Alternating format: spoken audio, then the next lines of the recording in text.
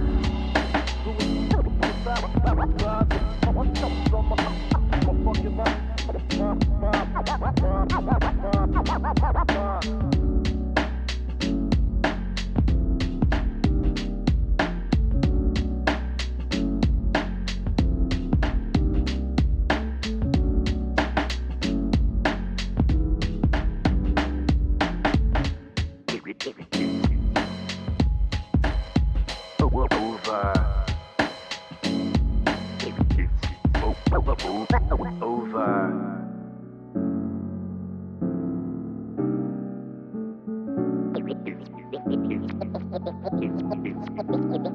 over. It's over.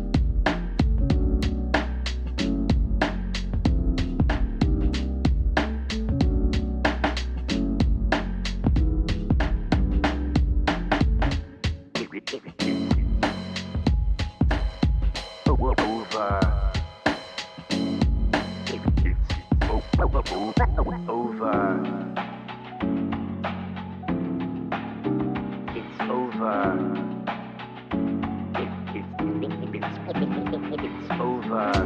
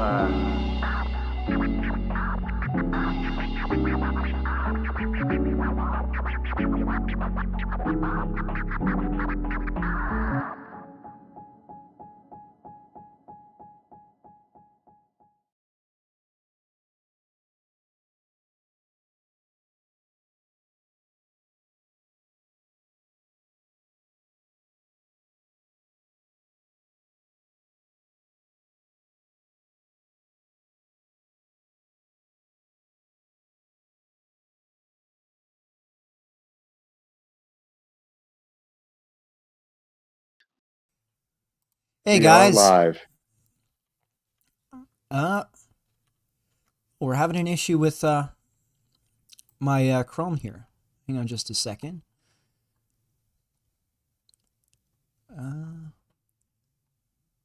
Browser.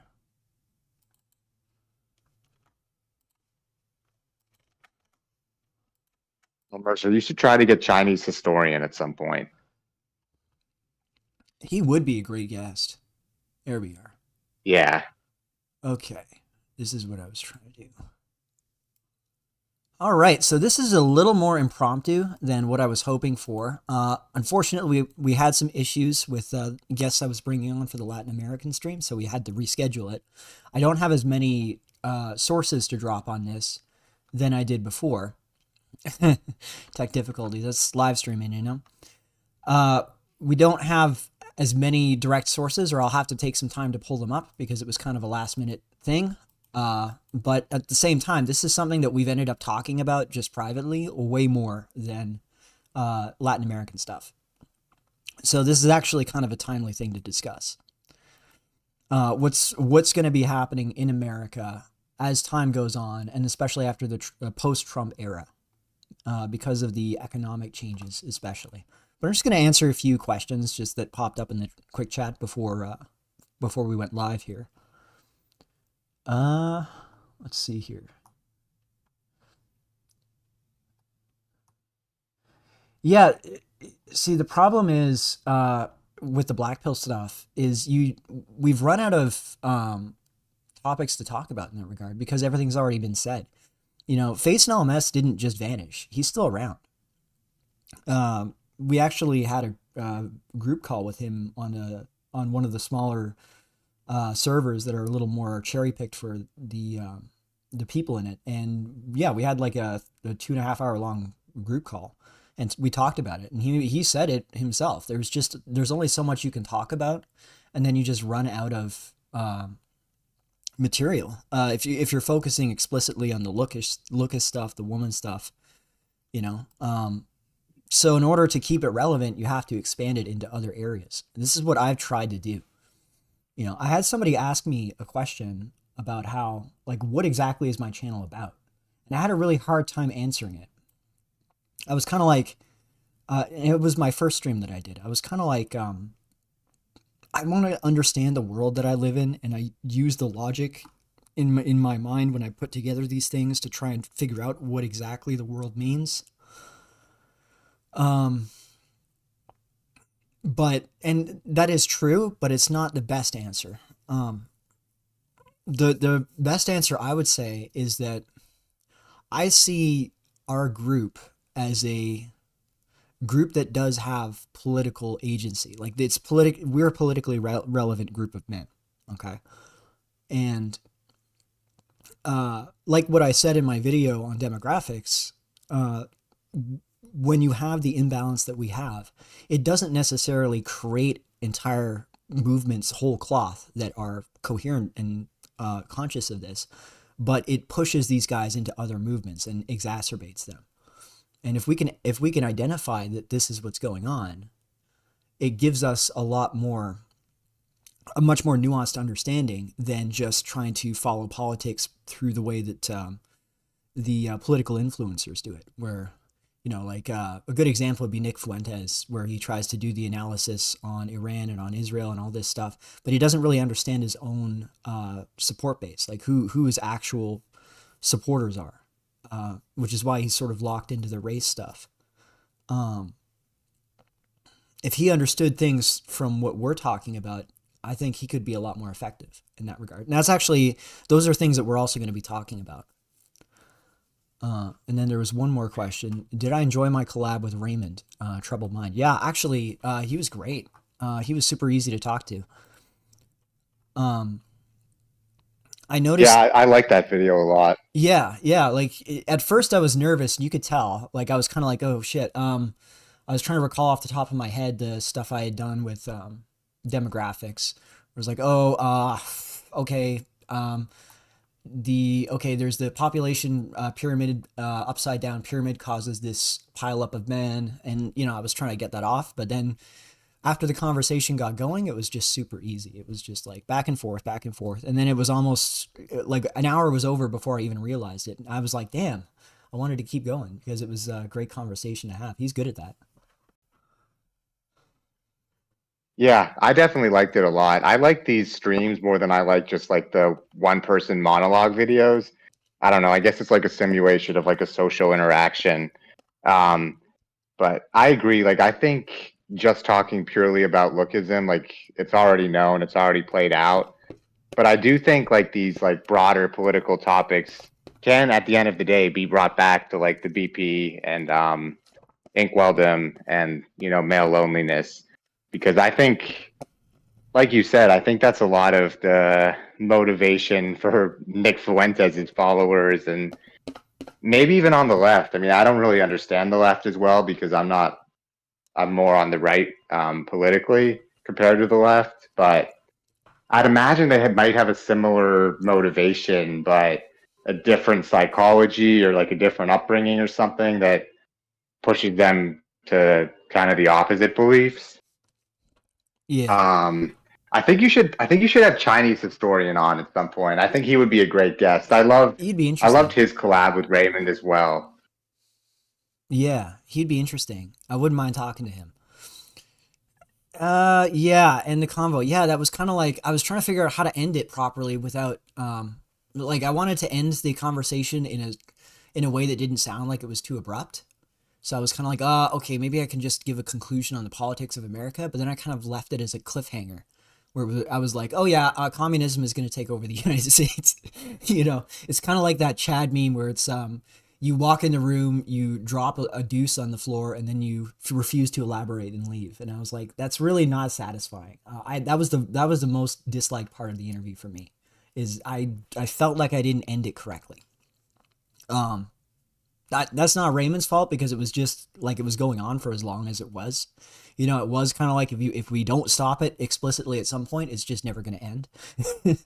So it had to happen. But that's when I was like, okay, this is actually a good topic to talk about because the reason why that was on my mind at the time was because privately, me, Mirami Jeeks, multiple other guys on the in this sphere in our circles were having these conversations all the time about like what's the political significance going on right now with this huge backlash against Israel on the left, and also there's a massive splintering on the right due to support for Israel, and the anti-Albanian stuff that has suddenly gone mainstream, and it's really hard to explain how this is being permitted by the people that control the Opinions or media. You ruling know, like elites. Mark Zuckerberg owns Instagram, right? Why is he allowing what's like Instagram's turned into like Stormfront's 2.0? You know, like it's not just Twitter, it's not just X, it's crazy, and you almost have to wonder, is there some kind of like, is this an actual planned thing that they're doing here? Like, what's the motivation? It makes no sense to me. Yeah, because we know it's easier now than ever to control information.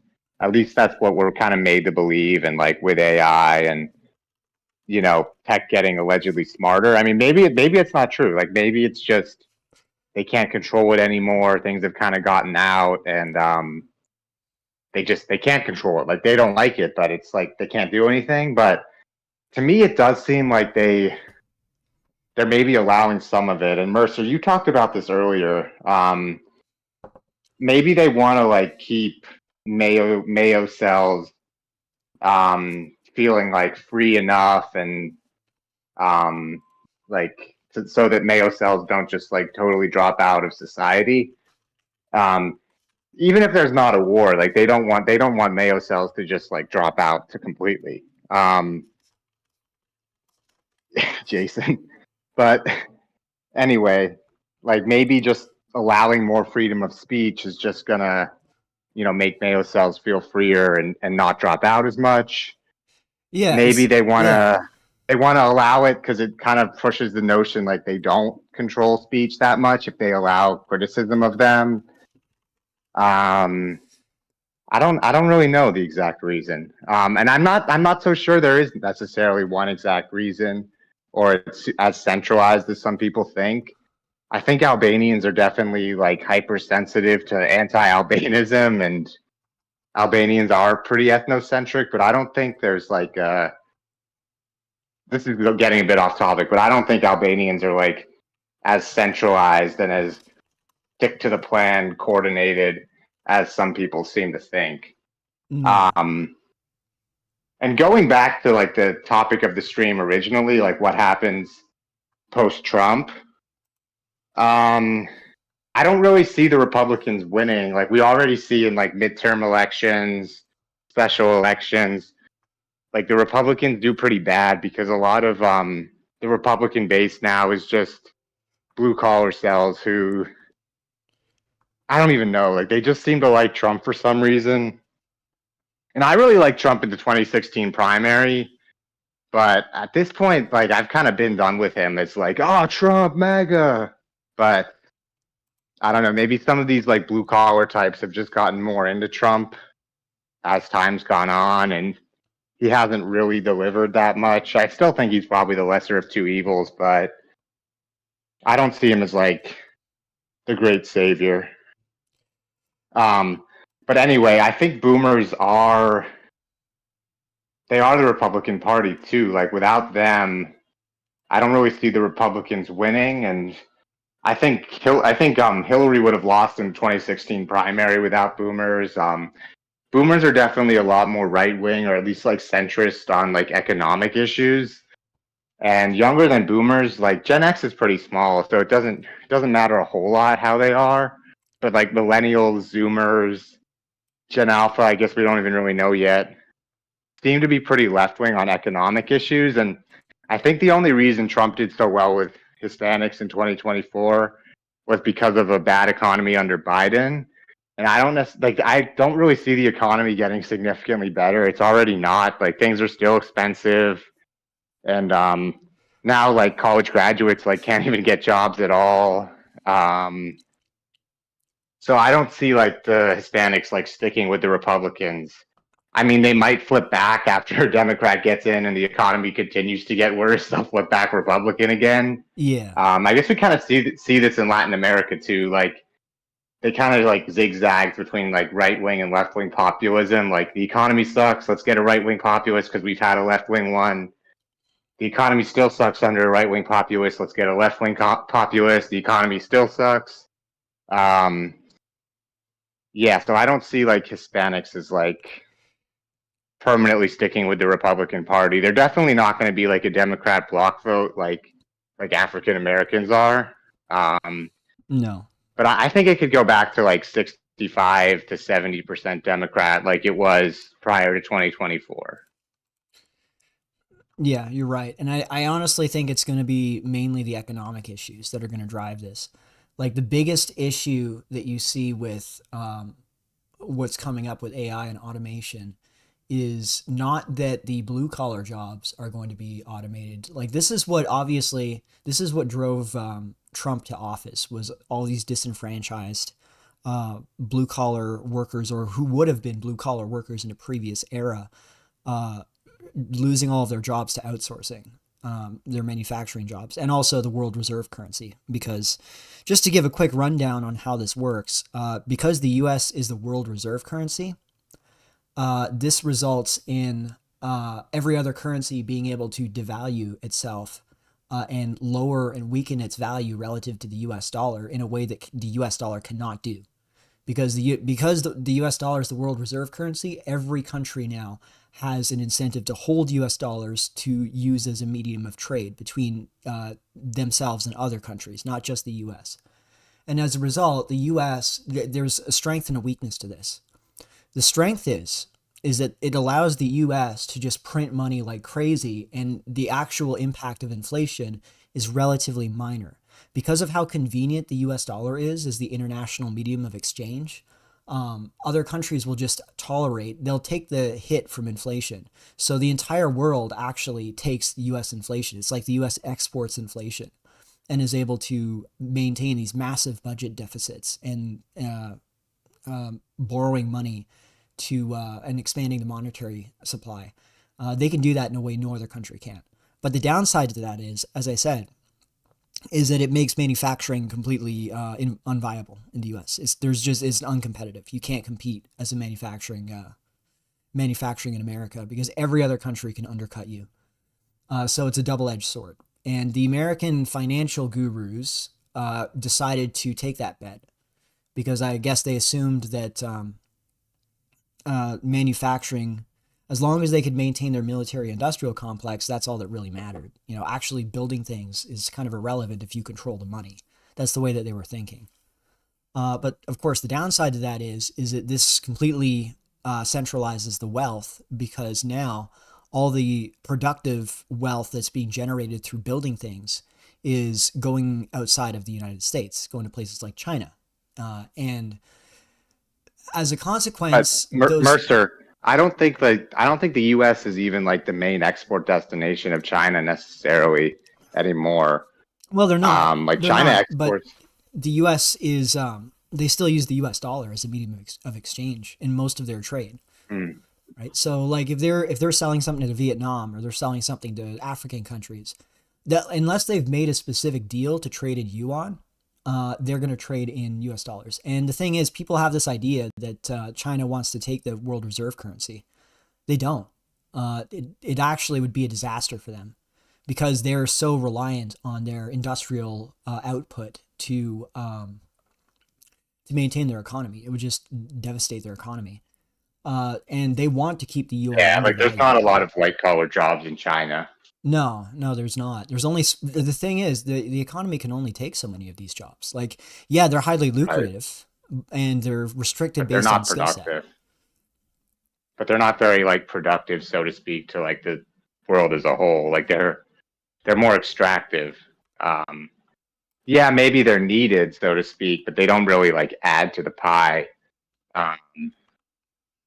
They just, yeah, they're extractive. Like they allow the person that has them to have a salary and, you know, maybe help the company go along, but they're not adding to like the whole pie, like the same way a blue collar worker would who makes the physical product, or like a coder who like thinks of a new software, just like a finance person or like an accountant or like a product manager. They don't really like add to the, you know, total supply of goods, you know, out there that. Yeah. I just wanted to mention something though. If you guys ask a question and I miss it, I try to keep up on the questions just because, you know, if I'm talking, I look away so I can focus on what I'm saying, but I do try and keep an eye on the chat. So I just wanted to answer, but real quick. What's my opinion on men's rights activists? I mean, it was kind of like, I kind of look at them the same way I look at unions, is that if you are like the way unions work, if you already have a union, a need for a union, it's already too late. Your economy is already fucked because the union shouldn't have to exist because your government should be preventing your wages from being undermined by immigrants and excess workers that drive down the wages. Like that, if the unions have to step in to try and coerce the employer to not take advantage of cheap wages, then your government's already failed. And that's sort of how I see men's rights. The men's rights guys, the fact that they exist shows that our system's already failed for men because it shouldn't even get that far. You shouldn't even have to talk about men needing special separate rights or equal rights with women, you know? And by the way, if anyone has a question that they want a guaranteed and immediate answer to, just send us a super chat. Like you just send us like $2, it'll pop right up on the screen and we'll be able to answer it right away. So it gives me a good time to show. Anyways, just to go back to the what you were saying about the white collar jobs. You're right. And the thing is though, is that the way that white collar industries work is that they're like the top of the pyramid. In terms of the economy. So if you think about how, like a manufacturing plant, okay, you need a certain number of workers to operate the machinery to produce the goods. And you need a certain number of managers that are maybe better educated, somewhat more intelligent, who can manage these processes. And then you need an even smaller subset of engineers to engineer the way that this manufacturing plant's going to create the goods, to like, you know, use AutoCAD to put together whatever they're making, etc. Like you see, as you go further up the competency scale, the number in an absolute sense of people you need becomes fewer and fewer. And by the way, yeah, and the true creative types that would like open a new manufacturing plant with a new patent and a new product, those types are just extremely rare, and they pretty much only exist within the Jason, I'll take note of what you said, but I don't want to say Native Americans because that's going to confuse with like the Apple cells. But you know, they're pretty much only found amongst males, the types that are really going to like have a new patent and like open a new factory. Now, even amongst snow males, like these guys are really rare. Like I'm not saying like every snow male is like some genius who like starts a new company and a new product, but per capita, like those types of men, and they're only men, like they're not really women. Per capita, those types are only really found amongst snow males. I mean, maybe we'll see what happens in Asia. That could be. I might have to eat my words there. I don't want to say something just to say something if it's not true. So it could be in Asia too, but for now it seems like they're only really found amongst snow males. So as we get more diverse, there's just going to be more labor supply, but not necessarily more employers. Yeah, you're right. And then on top of that, you see it narrows as you get further up. And this is a game that that these Elon Musk employer types will play, where they'll say, "Oh, well, we're bringing in H-1Bs, but first it's going to be only a highly specialized group, and it's only going to be maybe 10,000." Compared to the 300,000 legal immigrants that are coming over through other means. Like they'll play these games like that. But then once you narrow down the economic niches that these H-1Bs are in, you realize that even like 10,000 of them will have an impact on like 15-20% of the labor force of a given industry. So this is actually huge. It's an enormous industry for them. And because these are at the top level, the impact that you have on wages for this group of people, it expands downwards into the rest of the economy to a greater degree than if you screw around with the wages of the bottom people, And also, this introduces a population of people that are foreign to the country, and I would actually argue, and I have argued in the past, that the mass immigration of lower skilled people is actually worse than the mass immigration of high skilled people. Or sorry, it's not as bad as the mass immigration of high skilled people. High skilled people are worse. And the reason why is because fewer need for them. Well, I mean, we could look at the Albanians as a prime example of this, like 2.5%, I think, is the maximum population in the US. And look at what they managed to achieve over the course of a century. Just by being high agency, getting into high positions of power, consistently advocating for their interests, they managed to achieve vastly more than Hispanics or blacks or any other group has achieved, despite having a fraction of their numbers. So, and this is the difference between a group that has a lot of resources at its command per capita and a group that does not. Yeah, no, I agree. Yeah.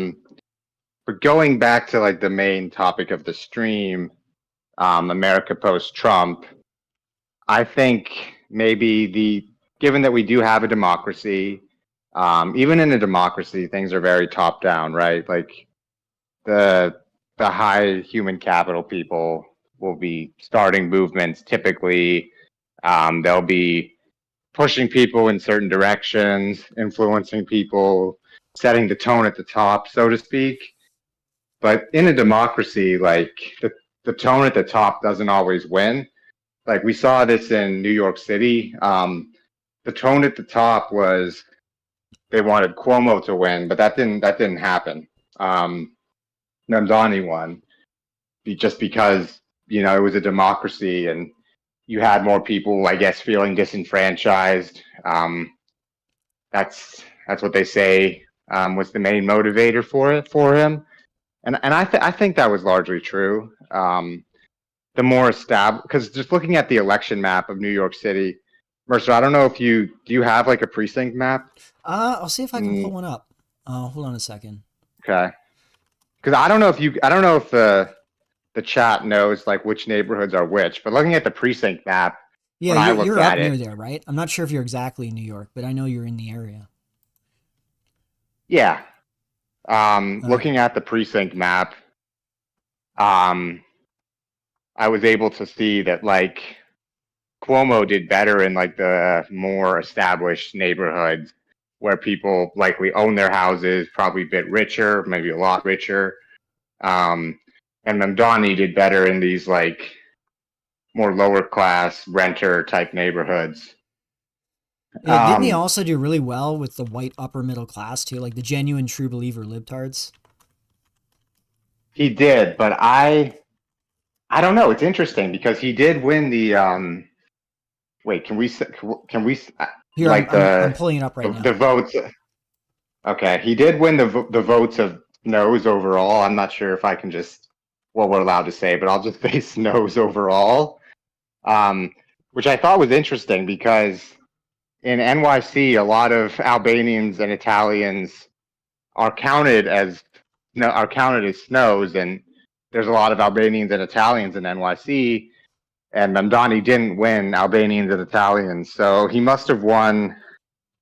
Yeah, I guess the true believer snows. I'm not sure if they're upper middle class or if there's a lot of just left-wing snow people who gravitate towards New York, who like Antifa types who maybe aren't necessarily wealthy.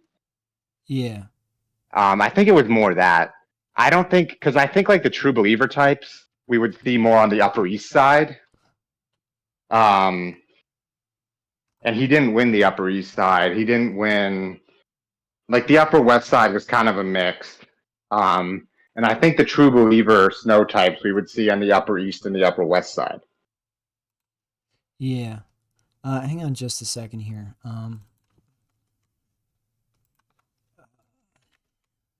Here we go.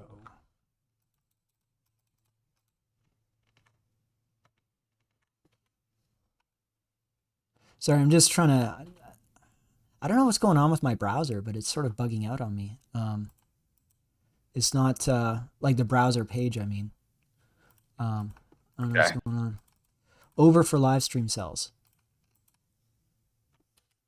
But I think Mamdani won the Hispanic vote, which I think increasingly is going to be what Hispanic and Asian vote, which increasingly is going to be what determines who wins elections in the country as a whole. There we go. That's what I was trying to do. Okay, hang on just 1 second though. We got asked a bunch of questions. I'm just gonna read a couple of them through. I see. Yeah. Okay. Oh, can I do troubled minds questions? Can I address his question? Sure. He said, "I don't." Troubled mind. You said, "I don't think you need a high IQ to run a business," and I agree if it's a service business. Like if it's just like a convenience store. IQ. I mean, I don't think you can have like a sub 90 IQ and run a service business or like a landscaping business, something like that. Like there is a threshold, but I agree you don't need a particularly high IQ to run a service business. But I think to run like a manufacturing business or a technology business, you do need a high IQ. And I think to start a business, like to create a brand, even like a service business, I think you do need a high IQ, and to start a non-service business, you likely need an IQ of at least like 130 at least, along with other traits. Well, here's something else that I've noticed in Canada, because our main issue is the value of labor is basically gone to shit. Like our labor is worthless because of mass immigration. And what you realize if you look at who advocates for mass immigration, including in social media, not just through financing like campaign donations, you actually see that it's not just enormous businesses. There's actually a huge section of small business owners that push for mass immigration, and it's because they are low IQ. They can't really compete effectively in a situation where wages are not super low. So as a result, they directly benefit from having the labor force flooded with workers so that they can be as inefficient as possible with how they use their workers, and they can treat their workers like shit, and it's perfectly fine. Because they can just, if the workers quit, they have 10 Indians that are lined up behind them that want to get their job, even if it's a really shitty job. So there is actually a perverse incentive there for immigrants. And the thing is that if you restrict the labor force, if you have a restricted labor supply, this pushes the competition onto the employer class. And it makes it more competitive for them to exist, because they have to compete for labor now. And they also have to use that labor much more effectively. That's the difference. And Guys, so, do you Euros like not care about the U.S. politics? Because I see the view count dropping out, and I'm wondering if maybe you not. Euros just don't. Well, it's all right. Here's the thing: is that I'm going to pull it back to what we were talking about here. What is your opinion on the constant reinforcing of the white guilt narrative? Okay, this is the thing that's kind of interesting because we had this conversation with regards to the last live stream. There was kind of a mini crash out among some people, where they had a problem with us talking about feminism and its relationship to European identity, European culture, and like its origins. And what I noticed was it kind of devolved among certain types of people that were very fixated on middle 20th century Germany. I'll put it that way. Very fixated on them and their belief system. And what I realized is that we created this out of the mustache man. We created this almost like metaphysical evil out of him in the mainstream society. And so the people that are opposed to the mainstream, they sort of done the reverse, where they turned him into a completely unquestioning demigod that is infallible. You can't have a mixed or nuanced opinion about him. It has to be either you agree with everything that he's ever said and done, or you view him as like the spawn of Satan. There's only two options. Those are the only two options that you have. And I noticed that it's almost like a dialectic that's gotten created. You know, they went over the top so much. I don't know if it was deliberate or not, but they went over the top so much with the moralizing about World War II that it's resulted in this system where one side has to be the ultimate good, one side has to be the ultimate evil. You can't have a nuanced conversation about this, you know. And I've noticed this with either side. You've got this with the boomers. You can't have a nuanced conversation about World War II with the boomers, you know, even if you're mildly critical of the Axis powers. If you're not absolutely condemning them as ultimately evil, it's impossible. But I've also noticed with the Stormfront crowd, you cannot talk about, like, a good example is there was this crash out where this guy was talking about how the Slavs were responsible for feminism. Like, he was coming up with really weird stuff. And I was like, no, like, listen, the biggest mistake that AH made was splitting Europe and making the Slavs into his like ideological enemies. That was the biggest problem. And he shouldn't have done that. And it ended in disaster.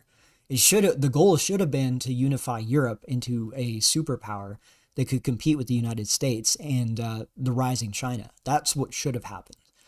But anyways, that's, you know, not to get into I hate to go back to this map again, but yeah. looking at it closely, I think it really shows the political differences of the Albanians and like the true believer Snows. Because if you look at that like blue sections of like lower Manhattan, those are like the wealthy Albanian areas. And it looks like the Upper East Side might even be a little more Mamdani than it is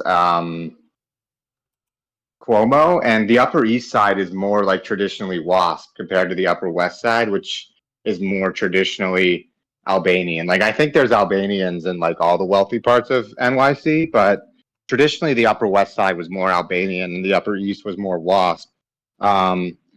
Also, like the parts of like South Brooklyn, those are Orthodox Albanian areas, and Staten Island is pretty much Cuomo, but I guess Staten Island's pretty Italian. Yeah.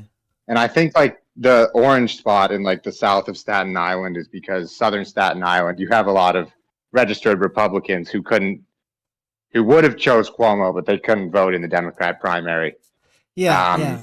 And to Sorry, get that's a back little to bit what of we a were talking sidetrack, about, but there's an issue where because of automation and AI, not just the H-1Bs, but like I'm in conversations with people that are in software engineering, like senior position software engineering, and they're telling me that they are automating using AI. They're reducing the need for junior developers down to like 20% of the original need. And this isn't just in software. It's just that they're in a position to apply these things most quickly. But you're going to see it filter into other non-software related engineering situations. And you have to remember, what happened in 2008 with the financial crisis and the Occupy Wall Street stuff. You had this entire generation of older millennials who did what their parents told them to do and what the schools told them to do, which was to go to college, to get like a degree in anything, whatever, and you can get like a management job that'll give you like a somewhat above average middle class income. You know, the whole purpose was you got to get this degree because it shows that you know how to learn and you can stay on task for 4 years, etc. Like that was the arguments that they were making about it. But then when you look at the result, of course, that didn't happen. Like when the 2008 crisis happened, they cut back all of those positions. And what was the answer to the millennials that were basically put in this position? And it was disproportionately women. They were put in this position where they have all this student loan debt that now they don't have the means to pay off because they can't get the kind of management jobs that they were expecting to get. And the answer was, well, you should have taken something that gave you a skill that you could use competitively. You know, like this is why the STEM stuff is good. It's labor competition. You know, like having a psychology degree. What does that mean? Well, I mean, there's only so many psychologists that are needed. You know, you can't expect to just use this degree as a transferable thing. And you know what? For most of us, that was a fair assessment. You know, like it gave the free market a way out because it was like, well, you know, that's just how things are. You know, you have to be more pragmatic in your decisions. You can't just expect people the business world to accommodate these useless degrees. But now what happens when you have guys that have done the right thing? They've gone into STEM, they've gone into tech, they've gone into whatever, but because of an innovation in the market, not because of like a collapse in something, but an innovation in the market has rendered half of those jobs obsolete. Now I was looking at a unemployment thing, and now recently graduated computer science majors are unemployed at like twice the rate of psychology majors or something like that. I'm wondering if that's because computer science majors are more likely to be male and face more discrimination, and psychology majors are female, and you know they're still getting like these kind of HR product manager type roles. They're not necessarily working in psychology because there's not that much of a demand for psychologists. But yeah, no, you're 100% right. I'm wondering if that's definitely part of it. And I don't know if that can continue forever. These kind of like easy make work type jobs for women. I mean, maybe they can continue forever, but I think eventually, you know, the margins are going to be starting to get too lean and the companies just won't be able to support those jobs.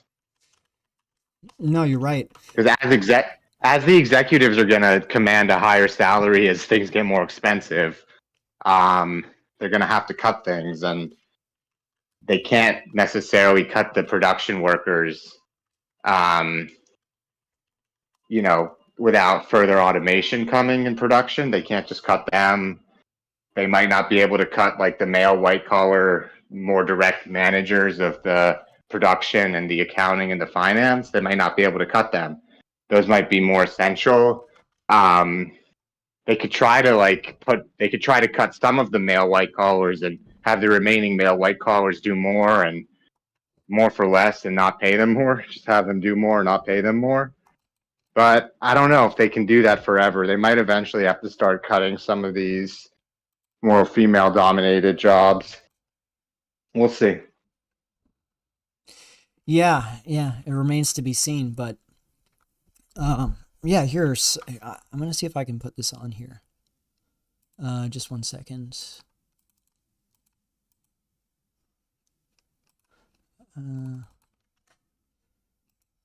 There. See what I mean? Like computer engineering is 7.5%. Like this is crazy. Now the thing is, graduate degrees definitely help, but you would think that there should be enough of a pool of careers in this industry that you should be able to get in the door at least with a bachelor's and then work your way up to something. You would expect that, at least from an outsider's point of view. But it's changing because this is actually a highly productive industry. Like the average worker can produce way more than most other traditional industries.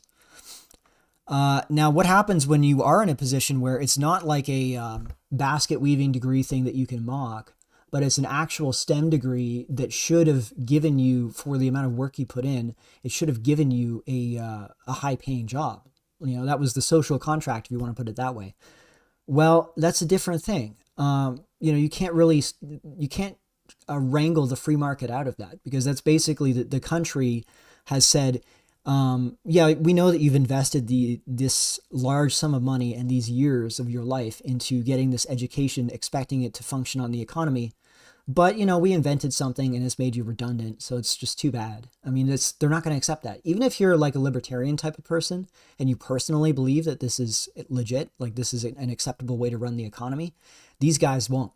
And these are not going to be like the they took our gerbs blue collar types, or the purple haired feminist millennial raw burner types. These guys are going to be a lot more intelligent. They're going to be a lot more rational and coherent, and they could potentially pose a much bigger threat. And this is why I think the Mamdani thing is a sign of the times. Because prior to what's coming with AI, you saw politics pretty sharply divided along gender lines, where you have like the woman side would be mostly the leftist shit, and also various minority groups that benefited. And then the white men and other men that don't benefit from the DEI stack on the other side of the issue, like the right-wing side. But when both sides are against the economic situation, that's when you could see a real cascade happen, especially after the baby boomers die off. The baby boomers have kept us in static for a long time because of how huge their demographic cohort is. Like it's going to be an unprecedented situation when they're gone. Yeah, and I think right now the youngest boomers are 60 or like 61, because I think 64 was the last year of the boomer generation. So yeah, I guess 10 years from now there will be a lot less boomers. Maybe not so much the 2028 election, but like beyond that, I think we could see like a serious, like genuine leftist type win the election. It might be Mamdani, it might be someone like Mamdani. Yeah, and I think that, I don't know, that's probably where we're going. And I think a lot of it is too, like the demographics, like maybe Snows will be less willing to vote for someone on the far left, but that's going to become less relevant after the boomers. Yeah, you're right. I think so Snows in NYC is like I don't think it's very representative, especially considering Mamdani lost Albanians and Italians, who were maybe more representative of those groups because they were born there. Like I think a lot of the Snows in NYC like moved there because they have a leftist personality, Yeah, no, you're right. And him also being anti-Zionist is a big thing. Like that was really what scared a lot of these establishment types. And I think what won him the election wasn't his crazy policies. Like his policies aren't that different from typical progressive shit, this wasn't really the surprise. What the surprise was when they did that interview with him and all the other candidates on I forget what it was. It was like a New York specific channel, and they were like, "What's your first trip going to be to another country as mayor of New York?" And of course, they all said Israel, right? And first of all, what arrived to my mind, looking at this as an outsider, was why would the mayor of New York be traveling to foreign countries? What exactly is the point of that? Being a mayor of a city traveling to foreign countries? Like it's obviously the whole point is to show your allegiance to Israel by proxy. And he refused to do that. And that's really when the glove was thrown down. And there's a book that I've read that I think, now a lot of guys in our circles will know Kevin McDonald because he's pretty famous on the alt-right, especially when it comes to the Albanian questions. But what... hang on, I'm going to put this up. His most important book is not Culture of Critique, contrary to popular belief. His most important book, in my opinion, was Separation and Its Discontents. And he talks about the history of anti-Semitism and how anti-Semitic movements would typically become sources of finding identity for fragmented empires and fragmented populations. And this is what you saw in the Roman Empire. The Roman Empire, Christianity arose as an anti-Semitic reaction against the Jews at the time. Oh, shit, I shouldn't have said that. The Albanians at the time, who were very powerful in the Roman Empire. They were the single most powerful group in the Roman Empire. And they were stepping on everyone else's toes. Henry Claymore. I think you're right about the warehousing staff. Yeah. Anyways, you're gonna see anti-Zionism become. I think it's going to become a source of American identity because everybody is aware of who's in power. Even if the leftists are, they will frame it as like an anti-Zionist thing and an anti-nationalist thing. They still are aware of who's in power, and people don't want to be ruled by outsiders, foreigners, regardless of who they are. So you're going to start seeing this identity process, and you're starting to see it already with leftists using anti-Zionism as their identity and right-wingers using more general, noticing stuff as their identity. I think that's going to be, you're going to see that become the norm in the United States. And it's going to be this weird hybrid of like opposition to Albanians on the one hand, and opposition to capitalism and right-wing economics on the other hand. And it'll seem really incoherent because it'll be like the leftists are trying to destroy the old American order, but then at the same time, they're also directly attacking the people that are most benefiting from that order, that are, put them in that position in the first place, that overthrew the traditional American establishment in the 60s and 70s. That's what I think America is going to be trending towards.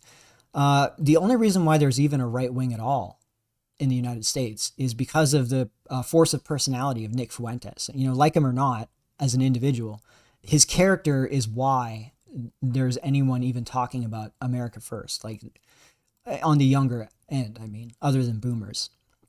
He's the only one that has any kind of energy. Like there's no other right wingers that don't seem like grifters, as a result, you might have maybe. Do you know who Jake Shields is? Well, Jake Shields is not that intelligent, I don't want to shit talk him too much. Yeah, I agree. He just kind of like says things. He's not really a political thinker. But I don't think that the right wing in America will have more than like I would say they're going to top out at 40% after the boomers, I would say. And I would say it's generous. Now that's enough that you can be a major opposition force.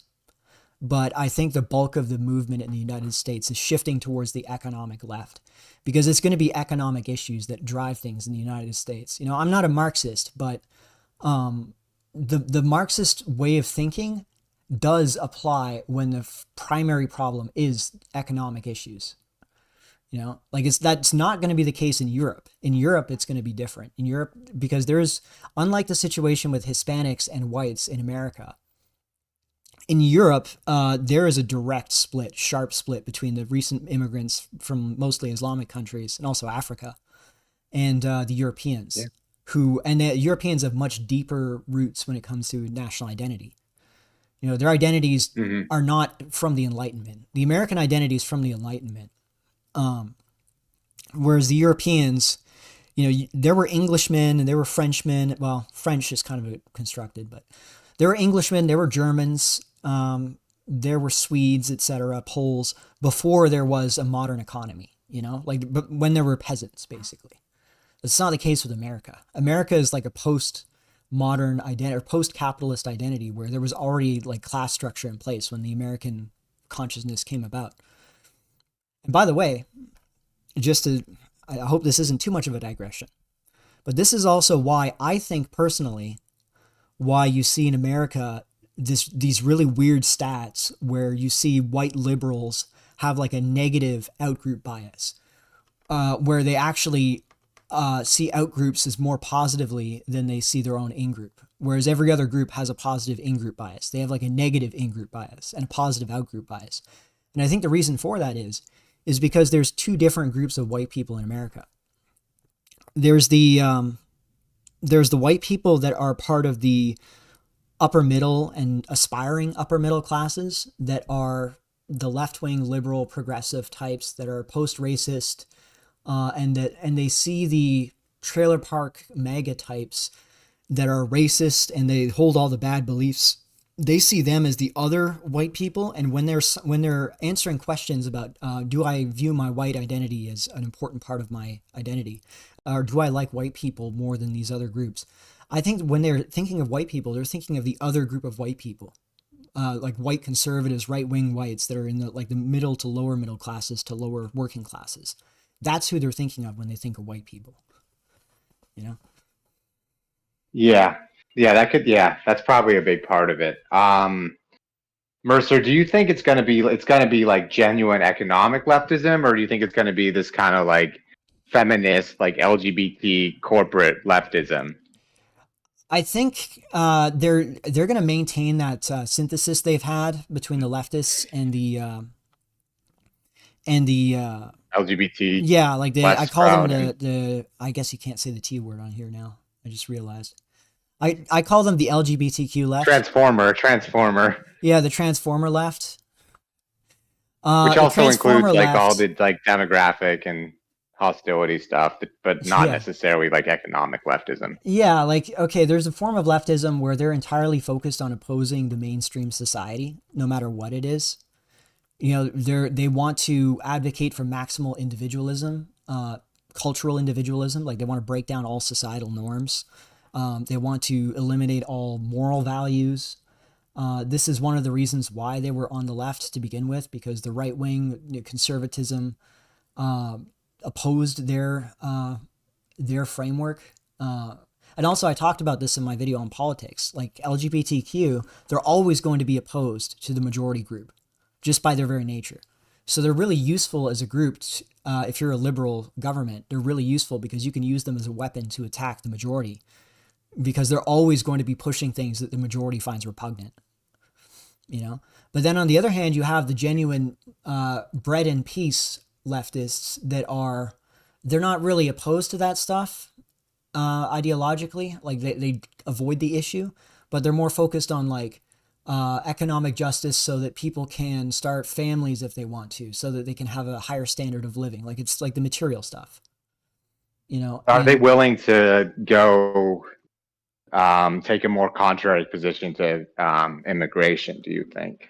That's going to be like the economic leftists. That's going to be the big split. And I've said it's going to be on immigration, not on the LGBT stuff. I've said multiple times, I think that you could get I've had this argument with progressives before on this topic, where I've been like, listen, if you look at the 1924 U.S. Immigration Act, it restricted immigration to the proportions of the population that were in the United States at this time when it was passed. So it was 1880. Like, yeah. Now you could create a modern version of that says, okay, we see now America is 60% white, 20% Hispanic, 13% black, 7% Asian, roughly speaking. Okay, we're gonna fix these proportions using the immigration policy, where if you want to come to America, we have to have 60% of our immigrants from white countries, 20% from Hispanic countries, 13% from black, etc. And this is what determines the number of immigrants that are coming in each year.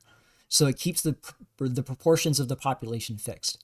That would eliminate the white anxiety overnight, because this is what drives the right-wing populist stuff. It's not the economic stuff. It's not the Obamacare bullshit, whatever, or Obama's a Muslim from Kenya. What was driving it was the realization by white Americans, especially from the lower classes, that they're losing their country because of immigration and demographics. You know, once you're a minority in your country, if you're not economically influential, that means that you've lost your voice, because your only voice is really your vote.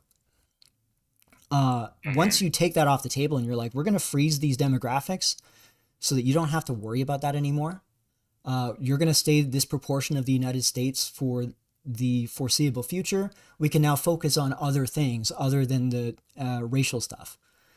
Then for sure, I don't see them acknowledging like race explicitly. They'll say like from these cultures, and you know, but yeah, I guess it kind of has the same underlying meaning. However, I think a lot of even traditionally snow countries like aren't as snow anymore, and so the immigrants from those countries might not be as snow, but they'll frame it like that, like from these cultures, from a European culture or something, or from like a Western culture versus a Eastern culture or a Middle Eastern culture. And maybe I don't know, maybe they'll reduce like the total number that can come in as well. Well, that's what would happen in practice. In practice, the numbers would go down massively. Even if they do that, even if they say, well, it's not really about race, it's about national origin, even if they play that game, if you make it so that you need to source 60% of your immigrants from first world countries in order to allow the other percentages to come from other parts of the world, in absolute sense, that's going to massively shut down immigration. It's going to massively reduce immigration. And that is the goal. The goal is to shut down immigration both for the economic reasons and also, as I said, to diffuse the white anxiety. But the economic reasons are the priority. Because yeah, like I think the reason Hillary lost is because she ran like an explicitly like pro-immigration campaign. I think that's what tipped it. Like I think Obama in 2012, he kind of dodged the issue. Like I think if Obama was pro-immigration in 2012, he could have lost too. Because I think even amongst African Americans, like I don't think they're particularly pro-immigration. Maybe even less. I think less so than whites. Maybe they just have less qualms about saying how they really feel. But I think overall African Americans are more less in favor of immigration than whites. yeah, I mean, they're not benefiting from it either. No one's really benefiting, even if they get blacks as immigrants. These are Africans from Africa. A lot of them are typically from educated backgrounds. They're not going to have the same affiliations as more typical American blacks. And actually, what's interesting about that is if you look at the right wing influencers on the black side, like I'm thinking of Zuby and what's his name? Myron Gaines. Myron Gaines is like, he has some Abdullah name, like he's a Sudanese, he's not black. And Myron Gaines, I believe, is originally Nigerian. He's from Igbo or something like that. That's his tribe. These are not actual African Americans in the traditional sense. And this is why they're perfectly fine aligning themselves with the Republicans, because they don't see themselves as part of like the former slave population, you know? Mercer, do you think there's going to be a gender division here, or do you think like both sides will be pro women's rights? Because I think there are like Andrew Tate was like, I'm looking at the chat and I have to agree, like Andrew Tate, Fresh and Fit. Yeah, maybe they're not black pill, but there's clearly a lot of angst related to gender. Clearly, I think maybe more so than immigration, at least amongst those without in the dating sense. So do you see the left going maybe more in, I don't want to say anti-woman, but like maybe more towards like a traditional family structure, like saying, oh, we want to support people being able to have families, or In one sense, people yes. should be able to. In one sense, yes. Now, the thing is, here's my problem, okay? I want to say that this is what they're going to do because this would be the smart thing for them to do. I don't know. They could just be stupid. Like, this is also my position, I'm not going to go down this rabbit hole. We'll approach it later. But on like the Israel issue, like when I was talking about Israel's strategic thinking, I'm assuming that they have competent, intelligent people that are planning this stuff out.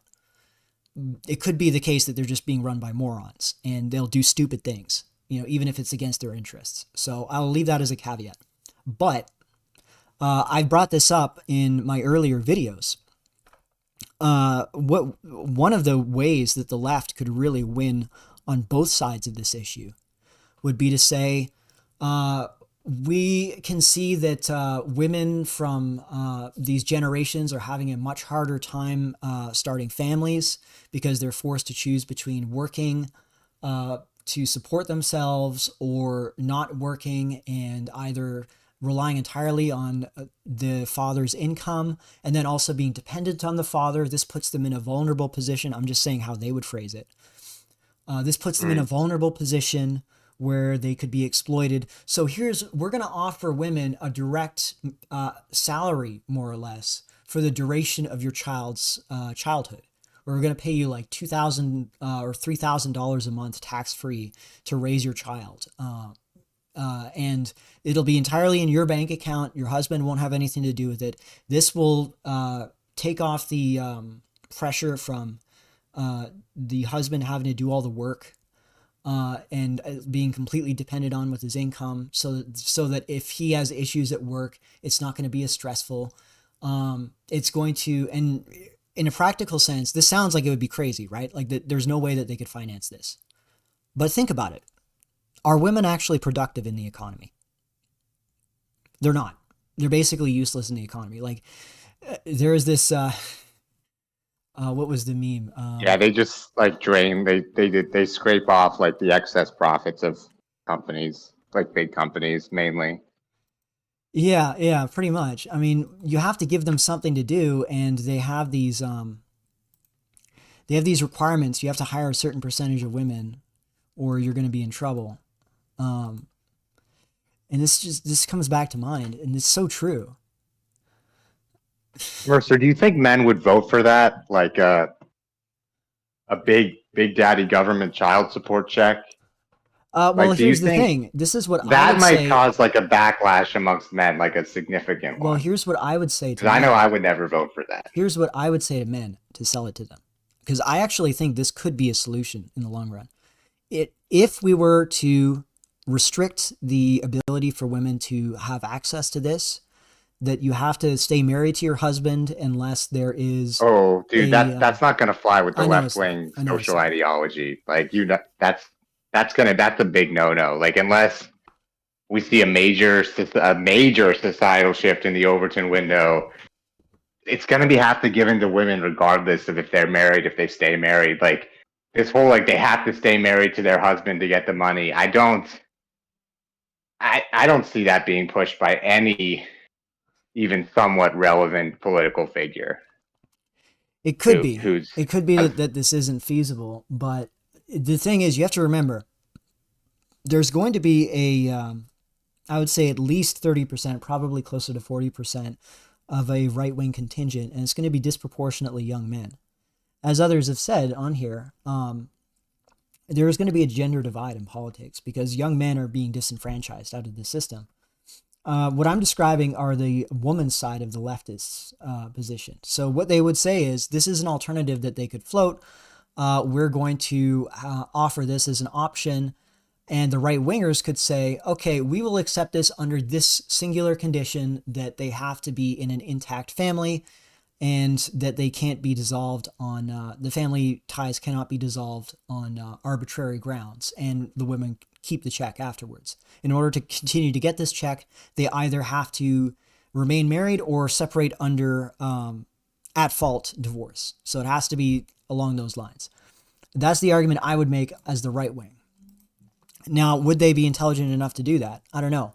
But think about this just from a pragmatic point of view. Women are basically a drag on the economy anyways, in terms of what they produce.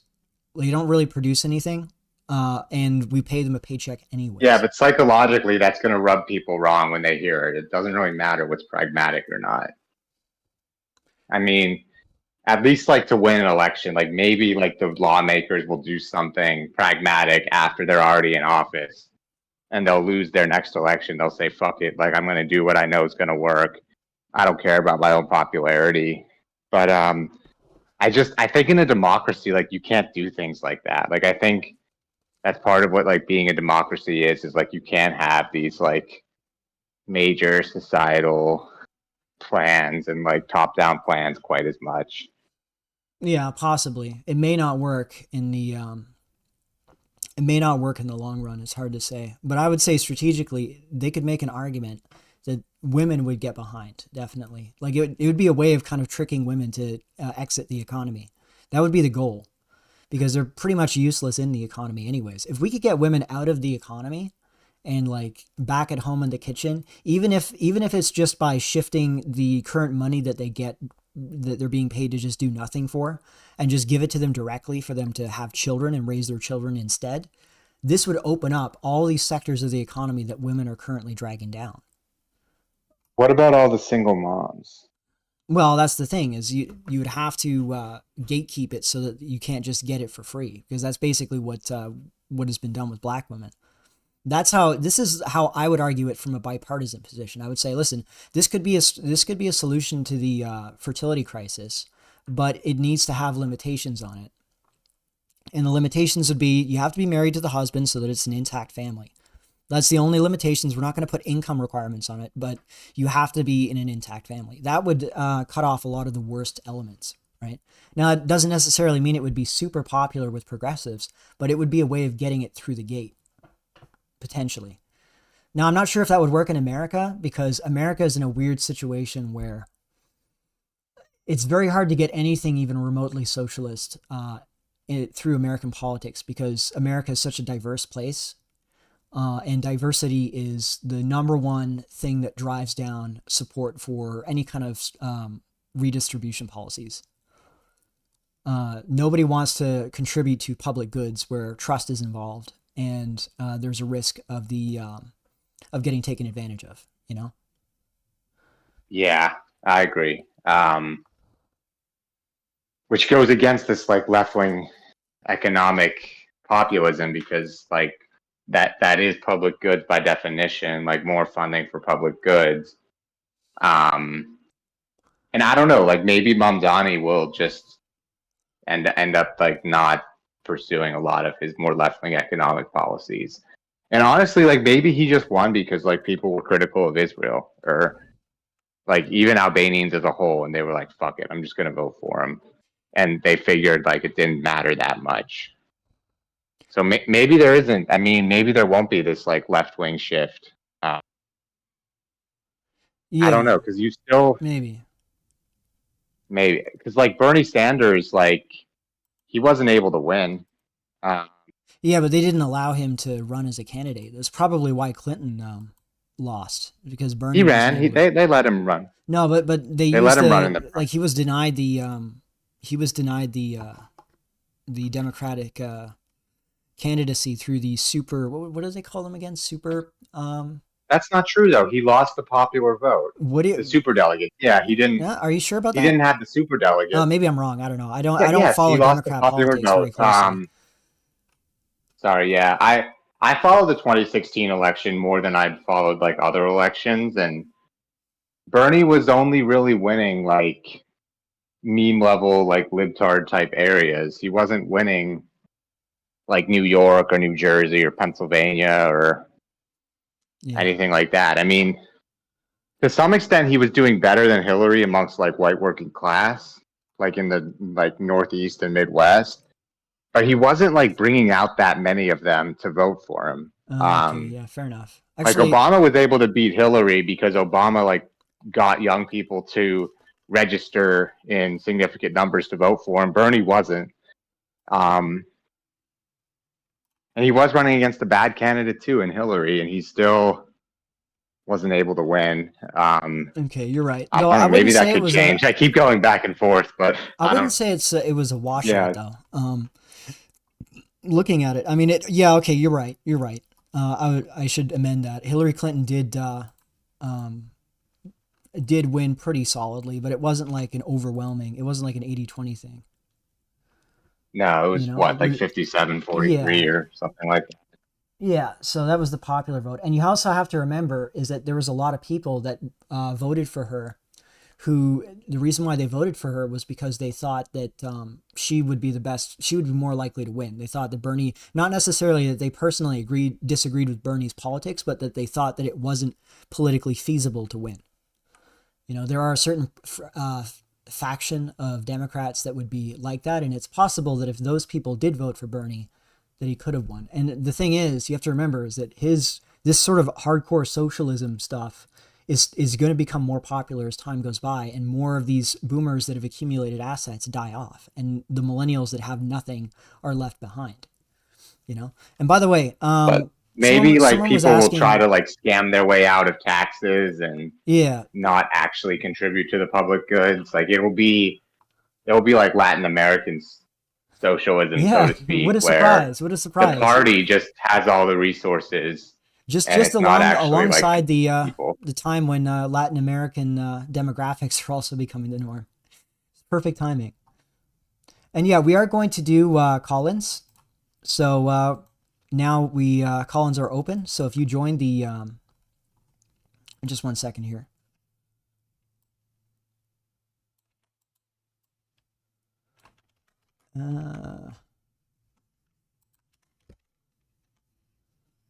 If you join that Discord server and then you join the pit, you are able to pit VC. I will drag you in and you can give us your take.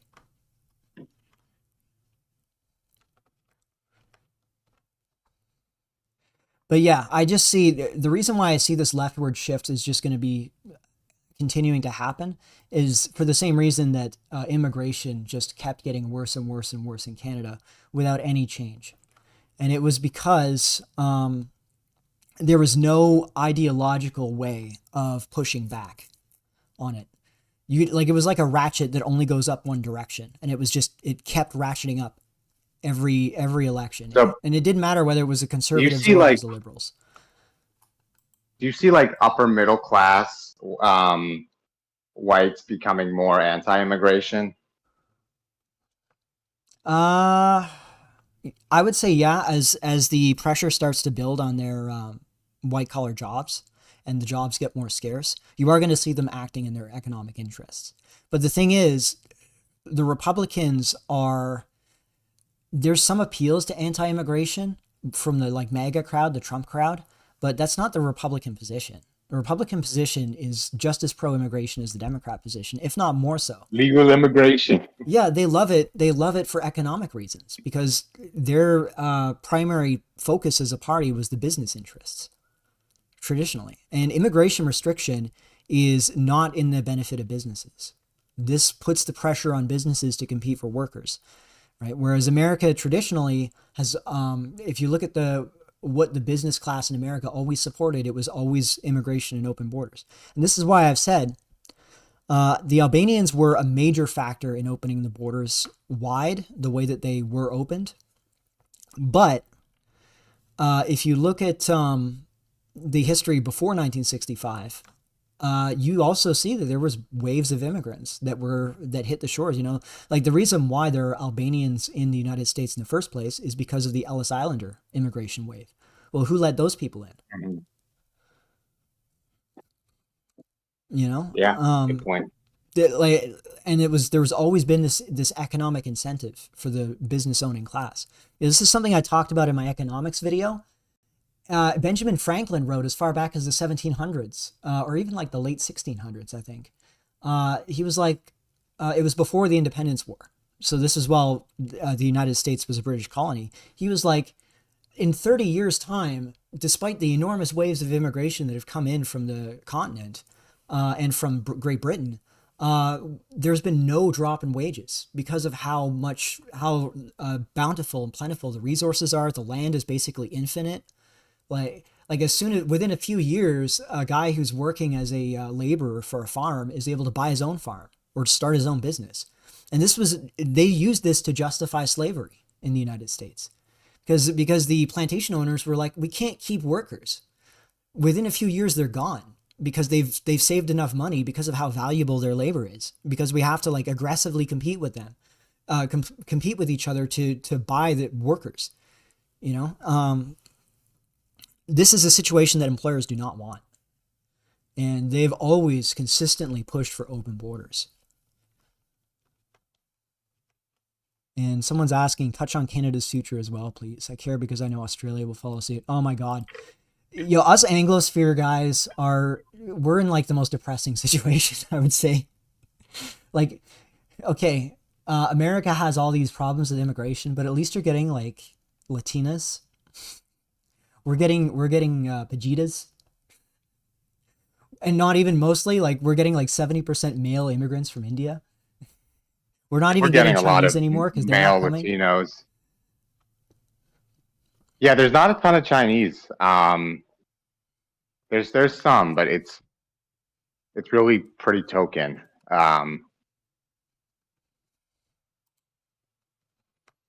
Yeah. Anyways, I have a problem with talking about Canada and Australia and stuff because it's so depressing when you read the stats and you look at what's going on. I read a recent stat that said something like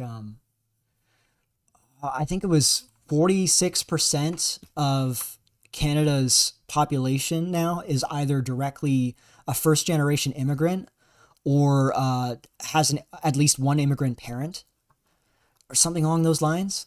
Like we've already been replaced in Canada, and Australia was just as bad. I think Australia was like even worse, even like slightly worse. But Australia, historically, up until much more recently, Australia has had British immigration. British immigration kind of fell off in Canada after the 70s and 80s, whereas it continued well into the 2000s in Australia. So I don't think it's quite as bad in Australia as it is in Canada, but it's getting there. The trajectory is the same, and they have the same problem. They don't have an ideological way to oppose immigration. They don't like you. There's no morally justifiable argument against immigration other than like an economic argument, and then they drag in human rights. This is how the leftists do it. They'll drag human rights into it. You know, and it's always just ratcheting in one direction.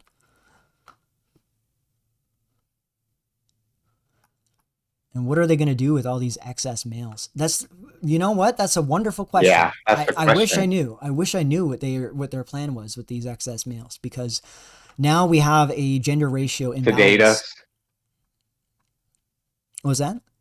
like I don't know, like it kind of seemed like they were really pushing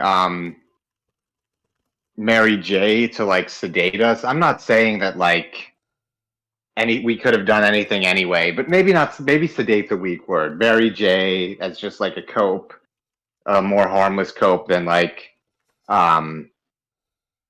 whatever like George Floyd was using. You know, they were kind of just like pushing like video games, Mary J, more benign copes. I don't know if they'll just continue to do that, just like push copes on us, and then we'll just die off, and then hopefully the situation reverses.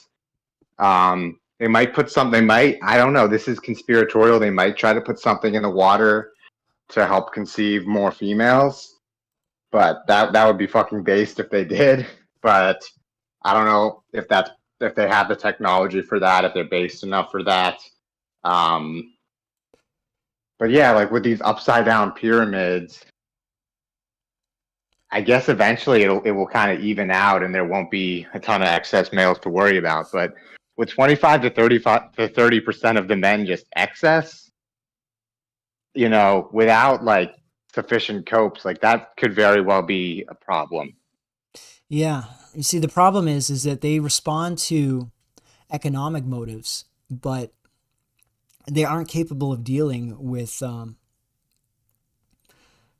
politics. They can't deal with like, does this benefit the people that are stakeholders in the society, as opposed to just people that are in the economically benefiting.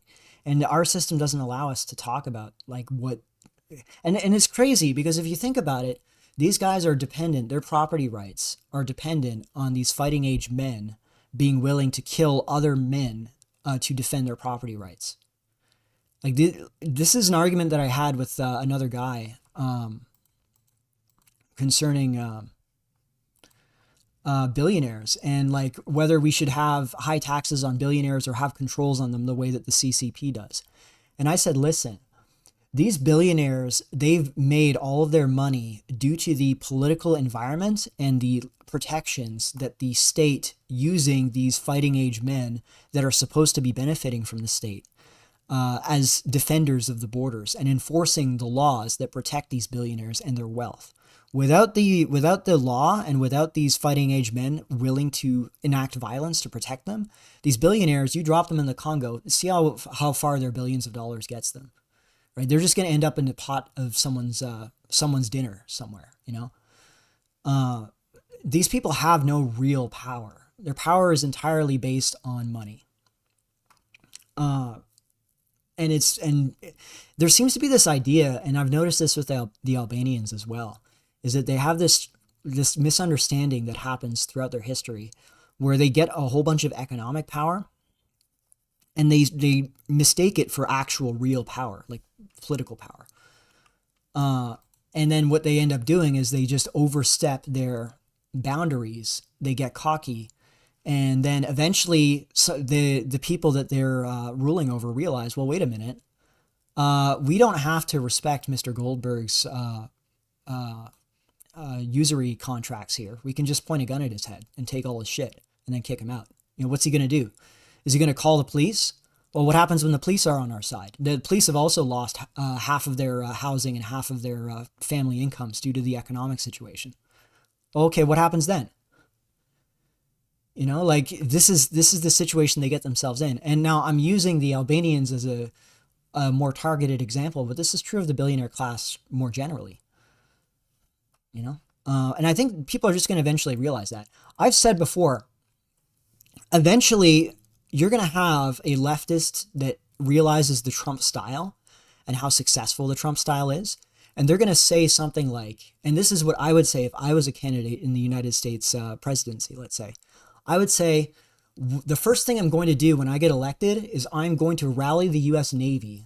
I'm going to go to every single tax haven around the world, and I'm going to blockade them and threaten to blow them to pieces until they fork over every single billionaire account that has earned substantial money in the United States.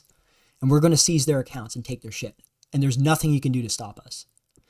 And then the question would be like, what you'd get these billionaires stammering about, oh, well, we're gonna, what are you gonna do? Are you gonna complain to the IMF? Are you gonna ask China to protect you? Because China is the only country that could pose any, and they really don't even pose a naval threat to the United States, but they're the only country that could realistically do that. And the Chinese would be more than happy to scare their billionaires back into China and under Chinese control.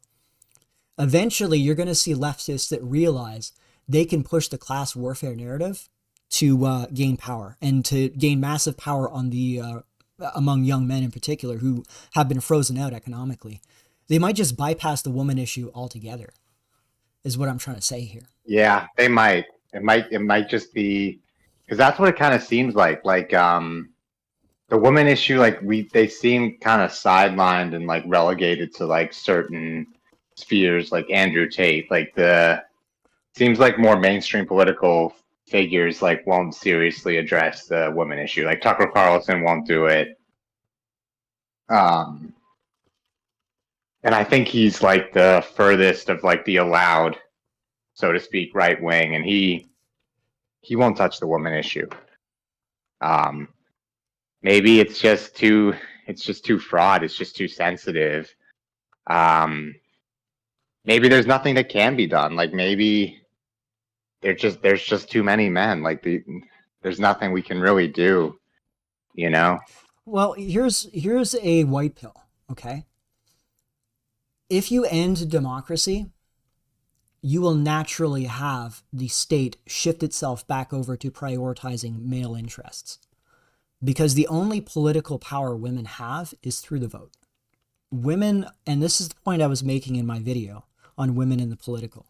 Women are not political. And I made the mistake of identifying them as political in the beginning. In my first few videos on women, that was not accurate. Because if you actually see how women function in politics, they do not create friend-enemy groupings the way that men do, where you can tell that there's the threat of violence is really what defines these two groups. You know what I mean? Oh, hang on just one second. Hey, Aebo. Welcome in. I'm just going to finish up my point on this, and then I'll give you the floor. Waiting. All right. So what I was saying here was women are not political in this sense, and when they cannot enforce their interests through threatening violence. Men can. And this is what you see. If you look at the conflict in the UK between the Muslims and other immigrant groups versus the Chavs that rose up in the Chav rebellion, I think it was a year or two ago. and there was the big riots and stuff. It was men on both sides. It was men on the Muslim side that were attacking pubs in response, and then there were men on the Anglo side that were attacking random Muslims in the streets and like burning shit down.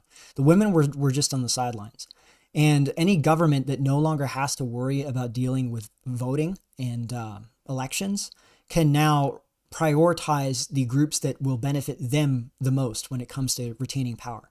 This is also why, by the way, in China, what we will see as the West becomes weaker and weaker, China is going to reassert itself on its traditional gender roles. You're going to see them just nuke feminism from orbit as soon as they no longer have to pretend to support Western values or whatever.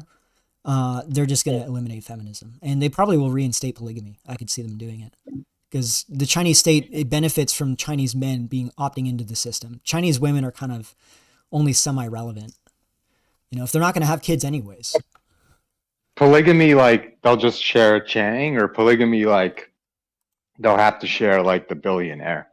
Well, traditional China had concubines, so it would be like the Chinese women would share like the top 10% men, and they would, but it would be like a more of what? traditional Like income arrangement. or looks. It would be Income. money. It's all money in China. It's beta bucks in China. Yes. Okay. Yeah. Anyways, Aibo, I wasn't sure if floor's that. for you. All right. Well, this topic, I have a few Chinese friends, yeah, and they all say, from Shanghai, from other big cities, they all say this is still somewhat accepted in their culture. It's still accepted that men, rich men, have a lot of concubines, younger lovers, yeah, while being married. And she said, this Chinese woman I know, a friend of mine, she said, like, she argued that, like, even back in communism where there was the one-child law, right, this was a way for men to have several children, right? Because I have money, I of course can support a lot of children and a lot of wives, you see? So it's still not off the screen. It's still ongoing in China, and it's still accepted. She told me, and mind you, she was a Chinese woman, an educated one. So there you go. And this will come back. Mercer may be right. This will come back full power, full effect. Yeah. Yeah. Yeah, exactly. Remains to be seen when that'll happen, but it's inevitable because this was the argument I was making with that the right wingers got mad about concerning feminism and Europeans. They don't have a connection to feminism like we do, where it's sort of primordial in our culture. Yeah.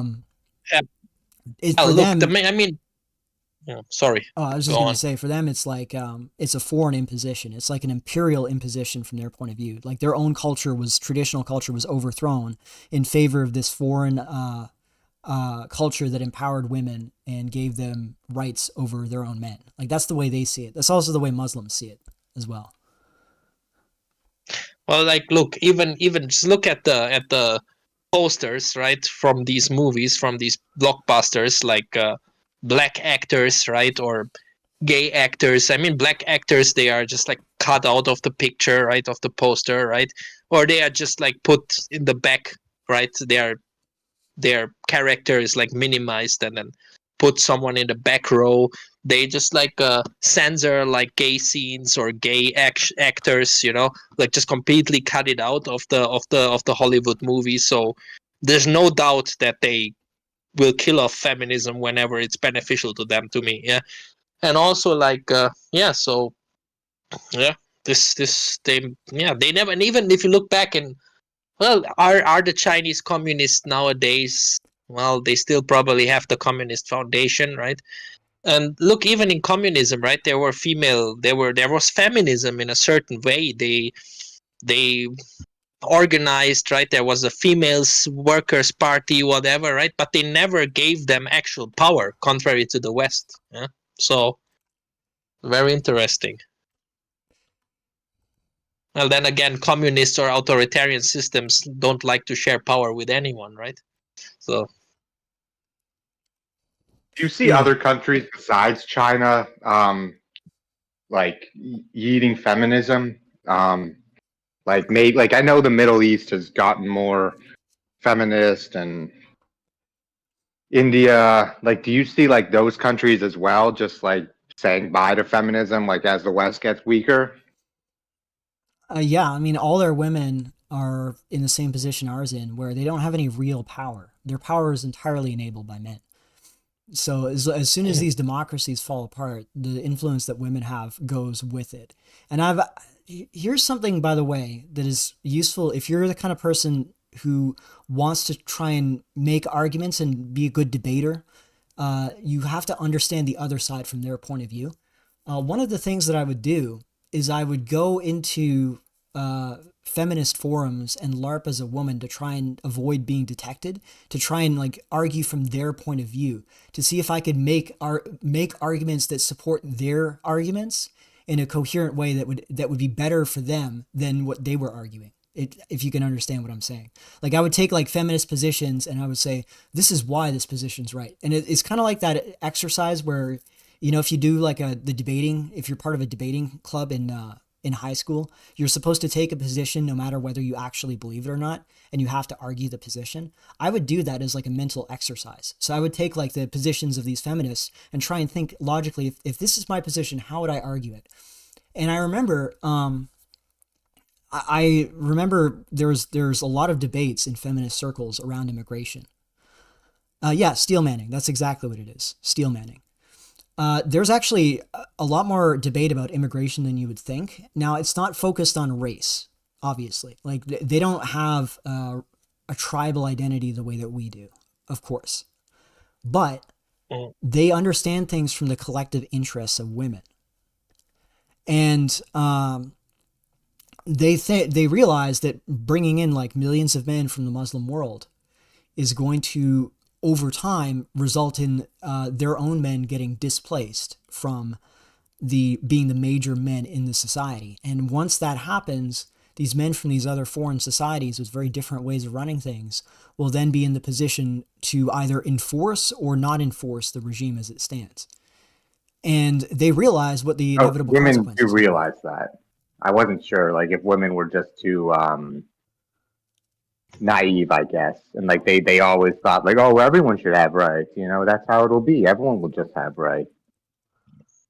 Yeah, no, there are a lot of women that are delusional about it, but I'm talking about if you go into like 4chan style forums where they're anonymous, they don't have to post under their own names, you can get much more serious conversations about this, where there are women that are rational about this and understand what's going on, but they're in a situation where they want to preserve the system as it exists now, because this is the ideal for them, you know, where they have the most power, they have the most freedom of choice, they have the most agency, and we don't have any agency, we don't have any control over them.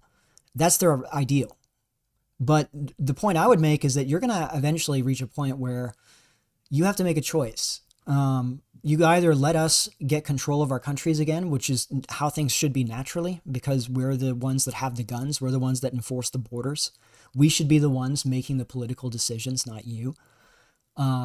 You either let us have that power again, or we just are going to disappear, and that vacuum is going to be taken over by the next group of men that don't care about what you think about them. You know? I have a feeling that the women are actually not going to do the correct thing. Are the women saying that maybe just men LARPing as women?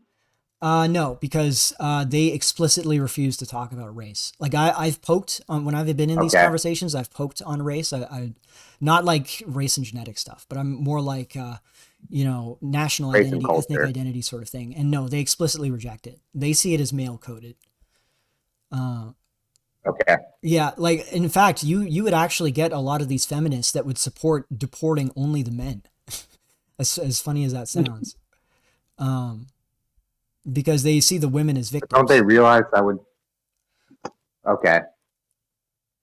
Yeah, so I don't know, maybe women they can't always think completely rationally and like in the future and as things, you know, counterfactually, like think like things, you know, not as they currently are. So they don't seem to realize that like having more women here would make things worse for them. They can't, their minds, I guess, don't really quite work like that, but they do work well enough to realize that other cultures' men might support different ideas regarding women. So I guess that's interesting. They can kind of think like rationally about like how other men could harm them, but they don't necessarily see each other as competition as much. It seems. Yeah. Okay. That makes sense. You're right. I think a lot of the feminists that are taking the remigrate the men position are either from the Muslim backgrounds themselves, or they are white feminists who don't see these women from like Afghanistan or whatever, or Somalia, as a threat to them. Like they don't really see those women as a problem. I think they maybe should see the Afghani women as a threat to them, but maybe not the Somalians. Well, but I do think they should see the Afghani women. White women don't really see them as a risk. No, I've seen the Afghani women, and I think, yeah, maybe it's not quite as good, but I still think they should see Afghani women like someone as a threat, especially if they're like a below average white woman. Yeah. Yeah. Hey, Prem, what's up? Did you have anything to add? What's up? Can you guys hear me? Yeah, you're pretty quiet Yo. though. Hang on just one second. Try saying something? Hello? Yeah, it's still pretty quiet. Hello? Let me see if I can turn up on my end. Yeah. Yeah, listen, I am a Middle Eastern woman stan. Like, I will stand them. They're awesome. But there's a lot of guys that put white women on the top, and Middle Eastern women, they just typically don't have the same competitive threat. Whereas if you look at like white women, they're a little more ambivalent towards Asian women. They see Asian women as a little more, even then, like white women don't really see any group of women as a threat to them demographically. You just don't really see it with white women. They just don't really care. They're always in the buyer's market. So there's more funny shit from Weibo. I sometimes go on Chinese social media and Chinese search engines with a translator, and you can find all sorts of stuff that would be not allowed at all on our kind of internet. But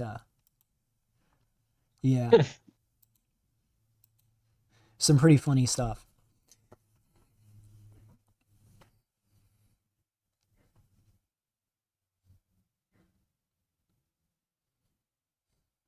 Yeah, look, I think in an ideal world, white women would have to worry about competition because we would just import the best looking women of like, Asian or Afghanistani or like Middle Eastern or South Asian or Latinas. And then white women would have to worry, but that's an ideal world. Yeah. I want to take this discussion a little bit to the economic side, and I want to quote here or name here one of my friends on Discord. Is his name is Delurot, and he recently pointed me to a work and a book of a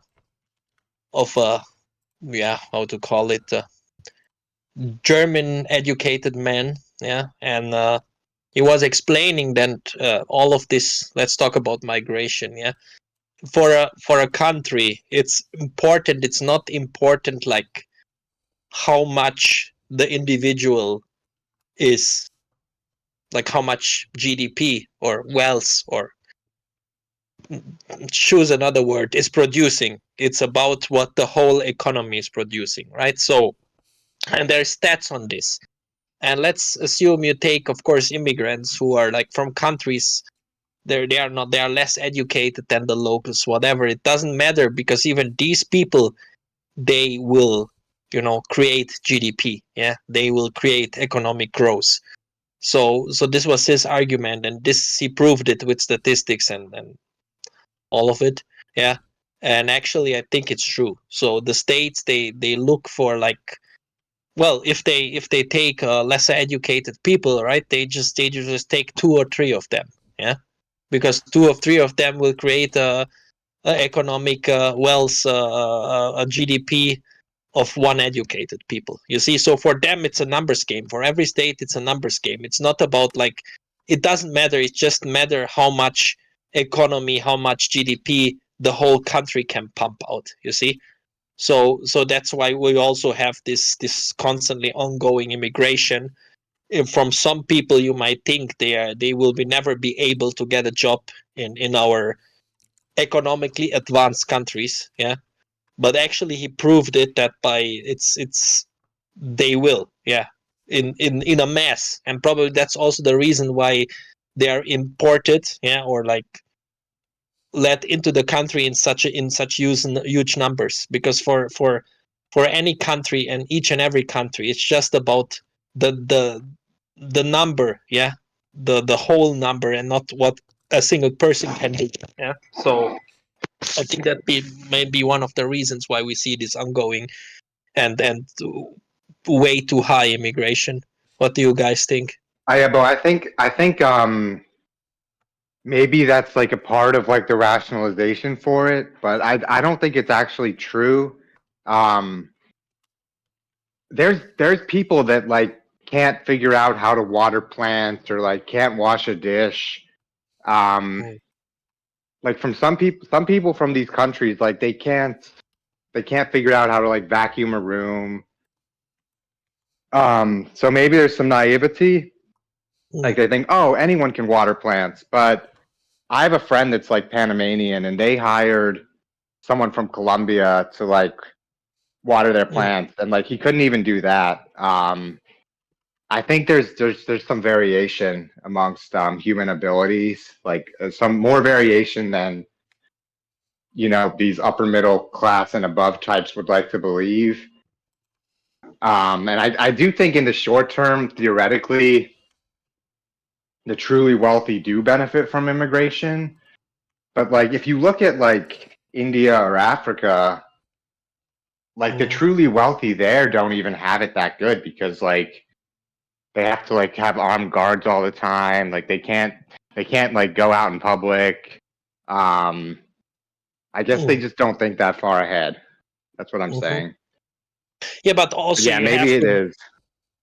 I also have to admit, okay, just look at the native population, let's say, yeah, and then also look at immigrants who are here for the second, third, fourth generation, whatever, right? They're totally integrated, right? The kids of these people, they, how to say, they all want to study, right? They will never like water the plants, clean the streets, you know what, where I'm trying to get.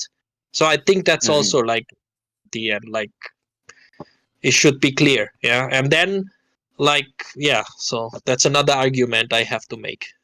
Yeah, it's whether they're net value, they're net adding value. That's really what it comes down to. They actually, but of course, the individual is not like adding as much value as an educated local person, but they still add value. Yeah, they're better than if they weren't there. That's the difference. Though I would even argue that, like, if I was able to talk to the Chinese government, let's say, I would say, listen, you have hard external limits on your GDP based on just the resources and the land available within your population. That's really what it comes down to. There are hard limits where you cannot really grow past this point unless you either expand your territory so that you have more land to occupy, or what they've tried to do is they've tried to create, like, turn the entire world into a customer for China in order to take their natural resources. But what I would say to them is, you could have a population of like 500 billion people that is like a third of what your current population is, and you would have the same per capita GDP if you look at it in terms, or not per capita, excuse me, the same aggregate GDP you have now, except the per capita rate would be 3 times what it is now, and that would give the average Chinese a much higher standard of living, because there's only 1/3 of the population competing in the workforce for employment, for resources, for property, for land, all this stuff. Like, this is really what the internal constraint is for China. They're not they're not limited based on not having enough people. They have more than enough people to get what they need to have done. And there's probably an upper limit on the absolute number of people you need in these high skill fields. Like what you see with the Chinese is there's a massive amount of underemployment because they've capped out like for these white collar positions. You don't need that many of them. And you could say that due to the intense competition for like elite positions in engineering, prestigious engineering firms or whatever, that this would increase the efficiency because the most skilled people will be coming out on top. But then you have this huge chunk of your population that is being underutilized because they're just not the absolute best, but they're still like maybe 125 IQ. But they're being massively underutilized because there's just no slots for them to fill, you know? So I think it goes both ways. What I'm trying to say here is that immigration maxing from an economic perspective, it has diminishing returns. Yes, of course. It's obvious because of the individual, how much the individual is producing GDP. Yeah, it's obvious that it has diminishing returns. Anyways, I have so many things to add, but hey, let's include Prem. Yeah. Did you boost your mic volume a little bit, Prem? I'm not sure if it's better now or not. It's pretty good now. Yeah. I think it's fine. Yeah. All right, nice. I mean, I was just going to chime into the conversations, but like to what you were saying, like I work in tech, like there isn't any like where I live, there's so many Chinese people, it's actually pretty crazy. Like it's mainly Chinese and then like Eastern European, like Russian, Romanian. But I think it's just like if you like live in like a white collar or tech focused area, but like I was like talking to this guy in the chat, the immigration thing is also just cope in general. Like even when you compare, let's say like a Chinese immigrant versus like an American Chinese, like someone who was born here, like on average, the American is smarter and better at their job, but like it doesn't matter when you can pay them 20% less. So That's argument, yeah. but Yeah, like even I guess like the truly like you need to be like super high skilled positions are by nature very rare. And if someone's willing to work for less, work longer hours, yeah, they can maybe have a slightly lower intelligence and like ability. Yeah, but in a Yeah. case in the Chinese, they may even have or other countries like even Eastern Europe had a good education system even under communism. Yeah, so they may even be as intelligent or more intelligent than many of the locals and get paid less and work more hours. You see, so Yeah, you're right. well, And the thing is, like, the woman issue is really important. That's a key part of what gives us a reason for going on and like contributing to the society. But ultimately, food and shelter does take priority. You know, if you're not even able to feed yourself and house yourself, the that feeling when no GF is going to take second place. You know, that's gonna be, and this is what you see with a lot of third world countries. If you actually look at a lot of these countries, how their men are doing in terms of inkwelldom, they're actually not that much better off than we are. I mean, some of them are, but a lot of them are not. Like, there's a lot of Middle Eastern countries where access to women is not guaranteed, but because they have more immediate needs, it's not on their mind the way it is for us. You know? For me, the economic situation, and for like most Canadians, I would say, and probably most Australians, the economic thing takes priority because ultimately, even if you are able to attract a woman, let's say, and whatever, if you have no means of even supporting yourself in a decent standard of living, there's no point because it's not like you can really do anything in the long run, anyways. No, I agree. Yeah, this like no GF. I'm so sad. I mean, it's definitely like an issue, and it's definitely like important to the human experience. But I'm in that situation of like no GF, no woman. But um, yeah, it's secondary to like your immediate needs. Like if you have no financial prospects and you're homeless or about to be homeless, you're more worried about that than the GF or lack of GF, I think. Yeah, yeah. Yeah, that's Yes. pretty. And to bring you back to what you were saying about how you were seeing all of these Europeans and these Chinese, what I think is happening, I can't confirm this because I don't have firsthand experience with it, but my impression is that these low-level positions like junior developers, when you have the option to outsource those areas to Eastern Europe and to China, Americans cannot compete for the wages that they would be expecting for, like, even just to pay off their loans for education for these junior developer roles. So what I think is happening is they're outsourcing those junior developer roles, and then once those guys that they're outsourced to reach a senior level position of competency, they then insource them into the United States on H-1Bs. It's like a long-term strategy of extracting these people that are coming from countries with much cheaper education systems, much lower wages due to lower cost of living. So it's cheaper to employ them in the long run and invest in them in terms of improving their skill set and giving them experience in your industry, because the opportunity cost is a lot less if they defect from your company than if you hire an American. You're paying a full-time American salary and you're training an American, and then they take off after 2 years, 3 years, you know? Like, this is probably the calculus that a lot of these companies are doing. Yeah, but don't underestimate the educated foreigners to come to the West. They will also leave the company very fast. Don't worry about this. Yeah, but they're Yeah. expecting that from Americans, right? So it's Yeah, like, but they are okay, getting it from the foreigners in the same numbers. Yeah. yeah, but at least when it comes to the foreigners, they're paying less in absolute terms because the foreign wages are lower. So even if they don't really, like, you have to remember, they don't give a shit about Americans not being excluded from the economy. They don't give a shit about that. Their only concern is their bottom line. So what reduces the overhead for potential defecting after you invest in the skill set of an employee who's a junior level? Well, if you're paying wages that are 40% less in like the Czech Republic or something for Czech developers, and then you can bring them in on an H-1B where they're also going to continue to undercut Americans.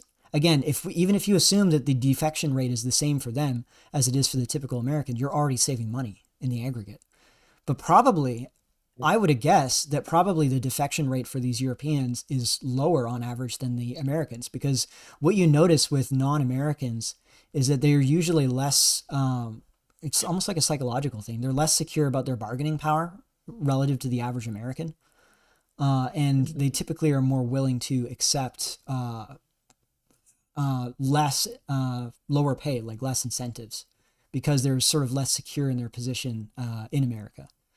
That's been the impression that I get from seeing foreign workers versus locals. Because local workers feel a sense of entitlement to participate in their economy, you know? Like, if you're born in America and you're an American, you expect to be part of the American economy. If you're from a foreign country, you still have this psychology of yourself as a foreigner in a foreign country participating in their economy. I do think that plays a psychological role. And it shows up in the numbers, I guarantee you. Or else they wouldn't be doing it. Well, there's other layers I want to add, and as you said, like, well, it should be clear, like, right, that the West is like, yeah, not expanding but doing the opposite at the moment. Yeah, I mean, just take any example of the last few years. I mean, America is withdrawing from Afghanistan and handing it over basically to Russia and China and so on. So I'm thinking about, is it probably okay? It sounds that everything is planned, but probably it is, or they know what's coming. Yeah, and so we have the problem that the local kids, they don't want to water the plants and clean the streets and take the garbage, take it out, right? So are they probably preparing to like for our how our economy will change in the future? You know what I mean? Yeah, I So mean, let's they say our could. economy attracting even more, yeah. So there would mean we would have more of these water the plants and take out the garbage jobs, and obviously the locals and the second, third generation immigrants don't want to do it. So probably we are like preventing, we are doing some preemptive hiring of so-called talent. You know what I mean? Yeah, yeah, you're right. Oh, hey, I just want to say, I see Thomas White in the top chat here. Your appearance on Raymond's channel was excellent. Thank you very much. I appreciate the endorsement there. Yeah, it was great. Thomas, I need to send you a DM. Can you add me on Discord? Maremy Jeeks is the name. Yeah. Let me see what the numbers are. Anyways, yeah, you're seeing that they're normalizing decline because they have to, like this is, I think once you hit, this is a problem that's sort of inherent in, and this will make me start to sound like a Marxist, but it really isn't a Marxist position either, is like, we have to have this constant growth. And once you max out demand on the consumer side, the only way that you find growth is through importing people to increase the net GDP, the aggregate GDP, or by monetizing parts of the society that are outside the economy. So this is where, people don't realize there was large sections of... Or by just colonizing Mars, right? Yeah. Well, that takes a saying. lot more effort. And here's the thing. We don't have Private the ability enterprise to do that. does not do direct long-term investment like that. They, like, if you look at how businesses are run, I remember I worked in a factory that manufactured cabinets years and years ago. And there was holes all over the roof, and there was just buckets that were there to catch rain. And you realize, well, wait a minute. It actually takes a lot more effort to have to go around every time that there's a rainfall and empty all the buckets all throughout the factory and then replace the buckets so that they catch water again later. It's way more effort to do that than to just get a contractor on the roof to repair the holes. But then you realize that because they have to justify an upfront cost like that to investors, it's extremely difficult to actually do things proactively in private industry. Something like going to Mars would take an insane amount of investment by private enterprise. And there's no way in hell they'll do that. It has to come through government. It has to come through state-directed incentives. This is also why it's delusional that you can have these sort of liberal democracies that are run by business interests that can achieve anything great, because the market is primarily concerned with survival. It's kind of like how IQ and intelligence is not really directly selected for. It's like the last thing that gets selected for when everything else has been exhausted, just because of how expensive intelligence is in terms of calories, increased brain consumption or consumption for the brain. It's the same with these sort of heavy investment enterprises. We could just be heading towards permanent mediocrity. Probably that's the plan, huh? How about it's planned? Yeah, exactly. And the thing about the Chinese, they have a national identity. Even if the individual Chinese don't like the People's Party, whatever, the CCP, they still identify with China as a nation. And there will be Chinese that will be willing to be the first guys to set foot on Mars, even if they die afterwards because they can't make it back or something goes wrong. Just being able to claim this victory for China, that would be a huge motivation for them. Well, is there any American that would be willing to do that now for America? Not at the moment. Oh, hey, Lil Broomstick. I forgot. I saw you in a previous live stream and I wasn't able to shout you out. I got distracted. It's good to see you.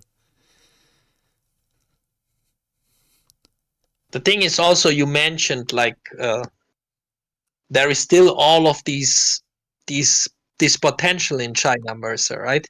these people who have high IQ and education and are still not fully utilizing, right, the Chinese economy. Because let's say in China you have 1.3 billion people, right?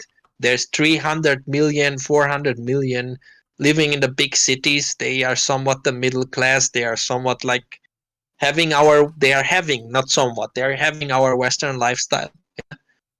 And then there's the other billion who are just rice farmers, you know. So this is valid for all of Asia. This is valid for Thailand. I mean, you look at Thailand, it's like you look at your hard disk drives, you look at your USB external drive, you look at any disk drive, yeah. Look at it, like 60-70% of these disks are produced in Thailand, you see. So it's not this it's not only this country where people say, oh, they only have tourism and the special kind of tourism, if you get what I mean. Yeah? No. And you look at Malaysia, country full of resources, and also, well, okay, it's part of the Commonwealth. Yeah. So anyway, so they have these potentials. They have this unused potential, right? And we in the West, we have this. You cannot have it anymore because you obviously peaked, right? You peaked in the 90s, let's say, yeah. So the West has peaked in the 90s. So if I look at Europe, because I'm European, yeah, we have this potential probably in the Eastern European countries, right? Because even under communism, the education was pretty good in the former communist states of Eastern Europe, yeah? And it's still good. Except probably they are really bad in talking English, yeah, the Russians and the Eastern Europeans, but they are great mathematicians, they are great IT guys, and so on. So you have, so that's the only part of the West that can still have some growth, yeah, I believe. While most of Asia has the potential to grow, you see? Oh, hang on. So it's only. I just wanted to interrupt. I forgot to mention that somebody sent me a super chat for $3 saying good stuff. It didn't come up on the screen. I'm having some technical issues I have to look at. Sorry for interrupting you there, Abo, but he sent me $4.20 and $3.33, and he should have gotten a shout out. Yeah. All right. So I'm finished. So basically, we have to do it, and probably our politicians should have done it 20 and 30 years ago. They should have probably stopped moving technology and investment. I basically call it, China was built. Of course, the Chinese people work their asses off. Of course, I'm not like denying this, yeah. But China was built by cheap Russian resources after Soviet Russia collapsed. It was built by European technology, and it was built by the strength and stability of the US dollar, yeah? And it's our companies, of course, the multinationals, which are still the American multinationals, are still leading all of the other multinationals by market share and value of their shares and so on, yeah? They should have stopped this 20, 30 years ago. And even our politicians should have stopped this and supported stopping this, but they didn't. Of course, we know that politicians always postpone, yeah, and let the other party solve the problems and so on and so on. So now it's too late, yeah, already, yeah, and we have no other choice. And I have another argument which you can look up. You just Google the SCO, it's Shanghai Commerce Organization, yeah. Basically, all of the East is in it, is part of it. It's like a predecessor of BRICS, right? So in the Shanghai Commerce Organization, yeah, it's Russia, it's China, it's whole of Asia, except of course the American allies, Japan, Philippines, South Korea, Australia, and so on, yeah. But everyone else in Asia, yeah. Then it's Iran, it's all of the stans, yeah. And so that's the Shanghai Commerce Organization. And at the moment, I have to say, it's obvious, yeah, they have the resources, yeah, Malaysia, the stans, all of the stans, Kazakhstan, Uzbekistan, around the Caspian Sea, full of oil, They have the minerals from Afghanistan. They have Russia. Russia is just like America. They have everything they need and even more. They have plenty. You have the number one the producer, the workbench of this planet is China. You have all of the countries around China, which has this huge potential to grow. So we have no choice. Yeah, it's totally obvious. Yeah, what they have to do here in the West. And as Mercer said, they have to like educate you, brainwash you, call it whatever you want, that your life will get less comfortable. Yeah, it needs to be done. There is no other way around this. It should have happened 20 years ago, but we all know politicians postpone. So those are my ideas when I think about what's happening from a geopolitical or geoeconomical point of view. No, you're right. Though I would even say, I don't even think that that the potential is tapped out for America, because think about what America was like when when America. Okay, this will actually get me in trouble because there are people that'll say, no, this is fake. It didn't happen. But I have to come out and say this. You know, kind of like how Lil Broomstick said that he's a Geomax curious. You have to use like careful code words on that. I'm also curious about the actual exploits of the American space race, and I personally do believe that the moon landing happened. And at a minimum, even if it didn't happen, let's just say it didn't happen, they still were able to get men orbiting the moon. They actually got men on these spacecrafts and flying towards the moon. They were able to achieve this when America had a population of 180 million. And it was like 89, 90% white, about 10, 11% black. And they didn't have, if you look at Cursor, I have to add that women could not really judge men's looks during that time period, at least nearly, even remotely, to the extent that they do now.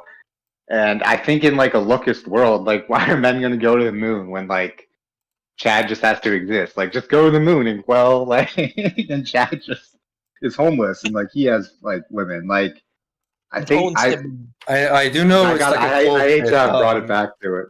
I do know it's like a cope that all you need is like a good personality. However, personality does play a part in it. Like money, like looks are a lot, but like if you have money and are tolerable, or if you have status and you're tolerable, you can find a woman. Right, but just be a billionaire, bro. Like that's basically what it is. And if you want to make up for looks, you don't need to be a billionaire, but like if you're an astronaut, and that is something that like the culture at large values, like you won't have that hard of a time finding a woman. Right, but it's not just the astronaut. Like it's all the engineers and like the flight command center. A rocket engineer is more than a rocket engineer is like a well compensated field. Like you won't find yourself looking for like money in that position. Bottom line is I'm saying that like lookism does crush male motivation to do things like that because certainly. Yeah. Like I think that's pretty obvious. Bottom line is that the cognitive potential was there for America to do amazing things with the population it had. You don't need to have an insane population, and I can't prove this empirically because I don't have the data, but I would argue, if I could get the data on hand, I would try and prove it because I do actually believe this, but this is speculative. I'm just going to say that I think that there's a cap. There's like an upper limit to the amount of highly skilled elite people that you can employ in a given society. There's only so many of them that you need.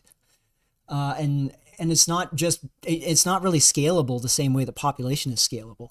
Like compare China to like Russia or the US in terms of achievement. Based on the population and based on the IQ distribution, we should assume that the Chinese should be multiple orders of magnitude out achieving the Americans and the Russians. But if you look at the actual productivity, there does seem to, and also like achievement, for example, like if you look at like hackathons, for example, Chinese usually come out on top, but it's not like they completely blow away everyone else. Like usually Russia's either on above them or very close to them, below them. So, and I think it's just because if your population is too large, you end up just disenfranchising guys that are very high IQ, but maybe are not the most high IQ. And then it starts to become kind of arbitrary where, okay, maybe the guy that gets the very top position will have have 150 IQ and is like 5% more productive than the next guy. You know, the actual, the point I'm trying to get at is like there's diminishing returns above a certain point. I think America hit that ideal. It was like it hit the top of that bell curve of population size versus efficient use of the population, around 200 million people, I would say. And then you start going back down afterwards, and you start becoming less efficient at utilizing your own population. So there is a problem where you can't really scale making decisions, and this is like I think that's what you're like trying to get at. There's only so many people which can be at the top. Like if you ever try to organize people past 5, it just becomes impossible. You're wasting a lot of time. So once you reach a certain level of population, especially if you don't have like India won't really have a problem with this because their curve is just so slanted, and or like most of Africa, like the curve is so slanted, they can always just push people to the west. Like there's always going to be like a small cadre of elites and like a bunch of people who they can like employ to crush rock, pour concrete, and then crush the concrete for more concrete. You can't do that with the elite, and that does become a problem past a certain point. These things is, I think many incels do not fully understand this. And here, before I quoted Delurotz or one of his ideas that he pointed me to this, that a country cares about the GDP as a whole, not about what a person can produce, right? The individual GDP of a person. Now I want to quote like Nocturnal Joe, where he says that this is all relative, right?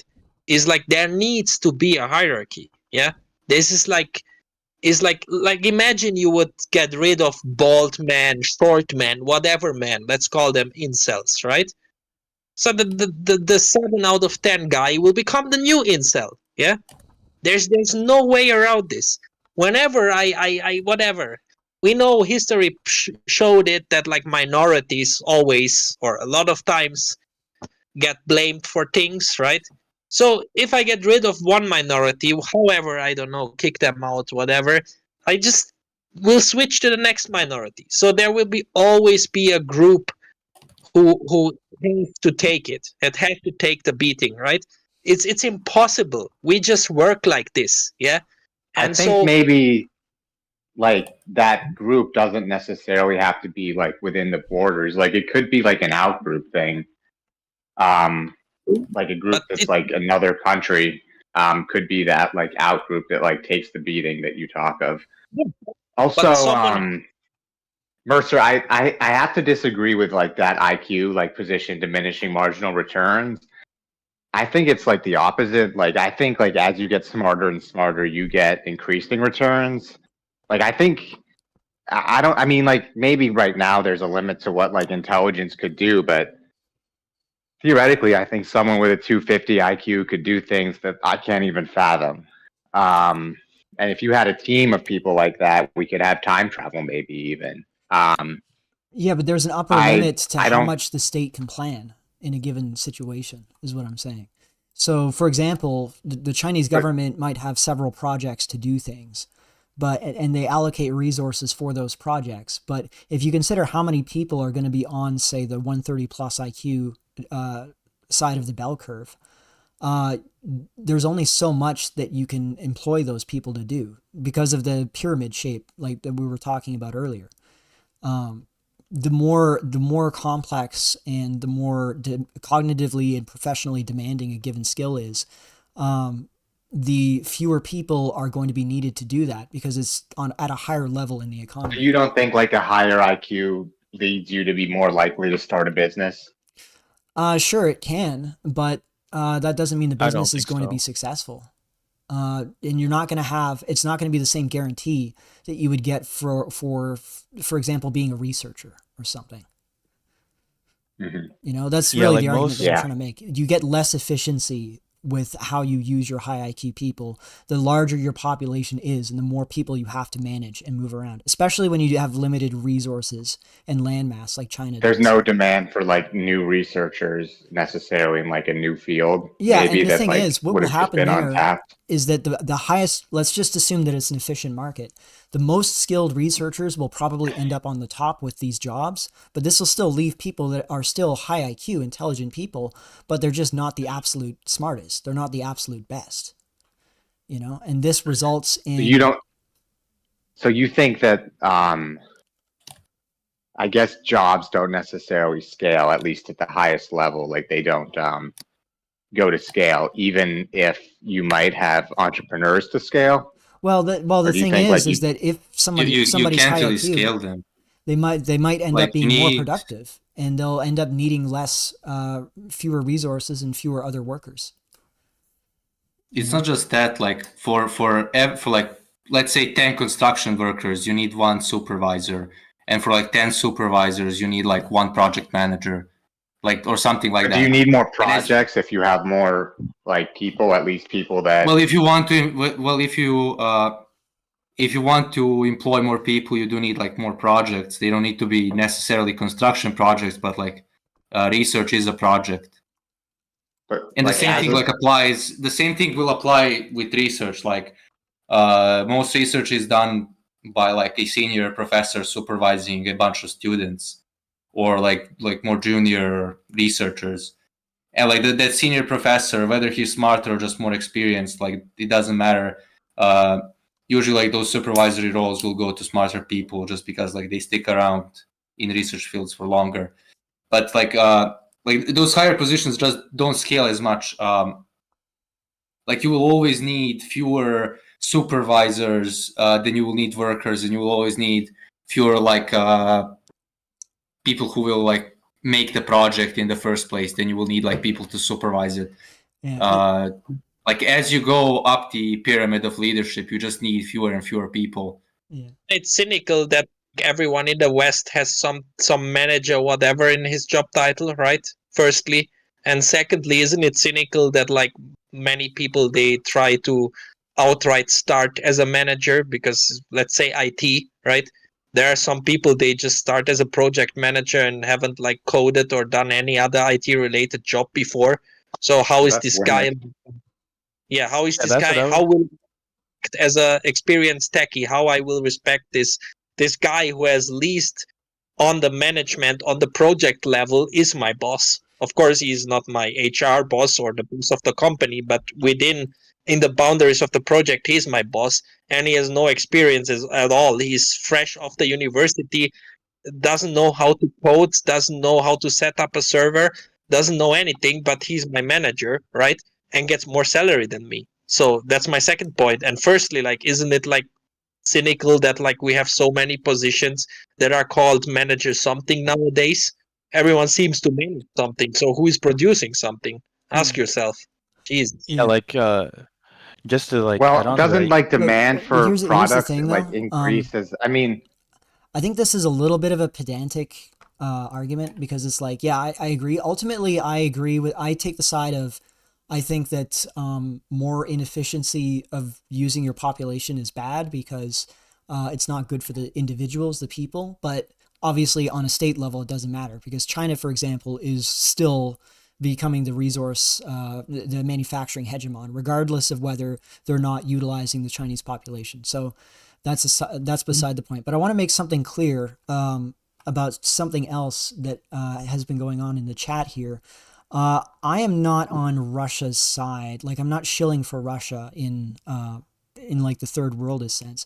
My position on the Russia situation, just to pivot, is that the only way Russia will be able to survive as an independent country is they've got to be part of the European coalition. If they lose Europe and they try and like tie themselves to China, China will just swallow them, because China is 10 times their population, massively more industrialized in terms of actual consumer industries. They might see Russia as a useful attack dog, but they're not going to allow the Russians to be any kind of independent power. Whereas if they were part of Europe, let's say there was like a non-cucked version of the EU, and Russia was a member of it, they would be the single most powerful member of that coalition. The person who voiced that. You do Just there. You wait, find like wait. the problem why it won't work. The person who said this, who asked this question, yeah, you should watch less TV and get more of a own idea or of a own thought. Yeah, I'm not kidding. Yeah. This argument, oh, you don't support the West right now, obviously you must support Putin, yeah, and Russia. It's just, man, I hear this turn off your TV, yeah, and get some own ideas. Yeah, that's all I'm saying. Yeah, that's what Because it comes that's down to. just one of these arguments. I just have to okay. What do you think China's going to do with its excess men? Yeah, originally I thought that they were going to use Africa to source them there and create like a mulatto intermediate population. Asian class. Yeah, to like is like a semi-colonial class. But if you actually look at what they do, like there's some liaisons that the Chinese will do with African women, but in large part, it seems like they'd rather just play League of Legends than get involved with these African women. So, I mean, it seems like they're just willing to take the L. You know? Yeah, maybe they are. It could be there could be a problem of agency there where just because like Chinese are naturally less proactive in like their personal lives, they are less likely to just like seek a woman and like engage in such relations. Like traditionally they would just get like an arranged marriage where parents would just kind of pick another family because, you know, it's about that time they get it, like the son moves out or gets like a second wife or whatever. But like when it's up to them, they're just kind of they don't have the same instinct, or like they are less they just desire it less. Yeah, this is a weird thing I noticed right here. with East Asians, and you know, anime has been a big thing in Western countries since like the 90s. I would say it sort of caught on as part of, not really the mainstream, but it was a significant thing. But I always noticed I could never identify with the male characters because the male characters were always such bitches, you know, like they were always sort of passive, playing passive roles when it came to women, and it was such a strange thing.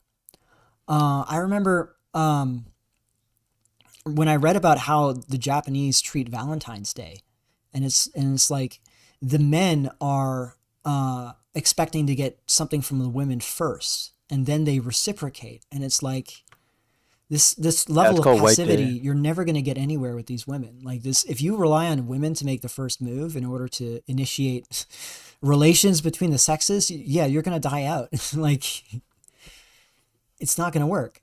But it seems like seems like it's because they've always had a highly hierarchical system where there wasn't really ambition to take charge that's rooted in their culture. Ambition and sort of striking out on your own to try and make it is really antithetical to their culture, their way of doing things.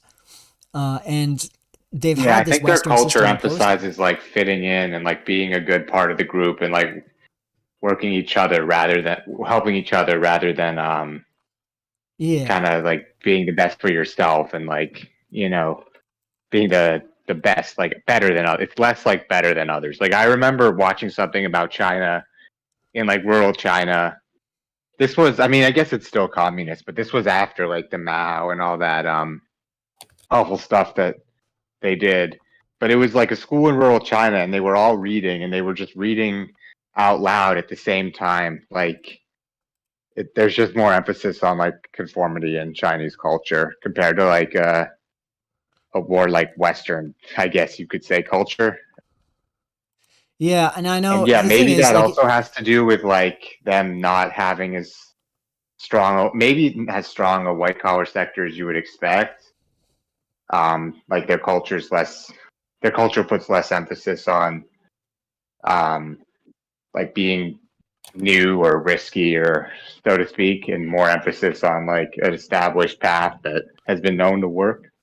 yeah, and the thing is it's Um, super easy to take pot shots at China and Japan in terms of their fertility rate because they've had to deal with a lot of shit talk from us. But of course, our fertility rates are being nuked as well for slightly different reasons.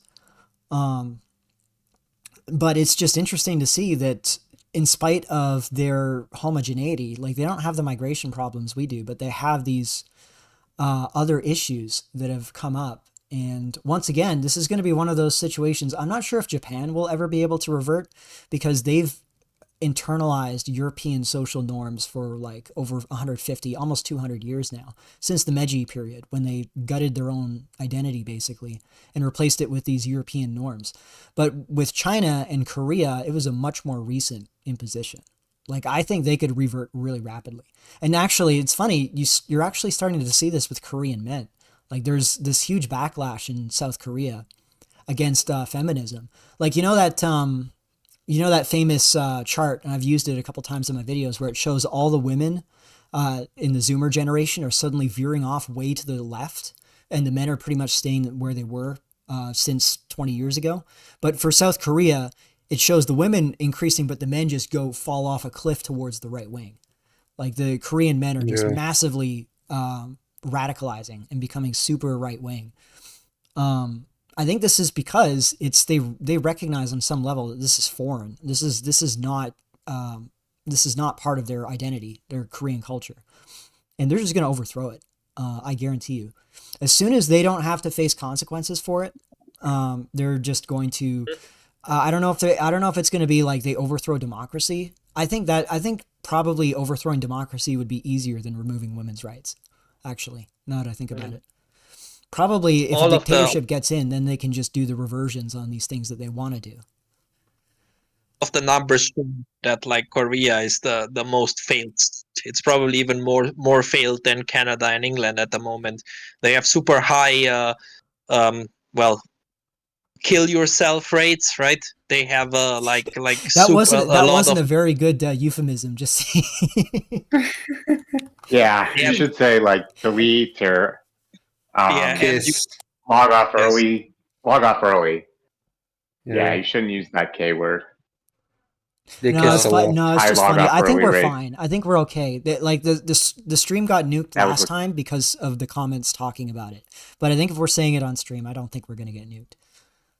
well, basically Okay. every stat is worse than in Japan, in Canada, in England, wherever. It's the worst place to live at the moment especially for men, for young men.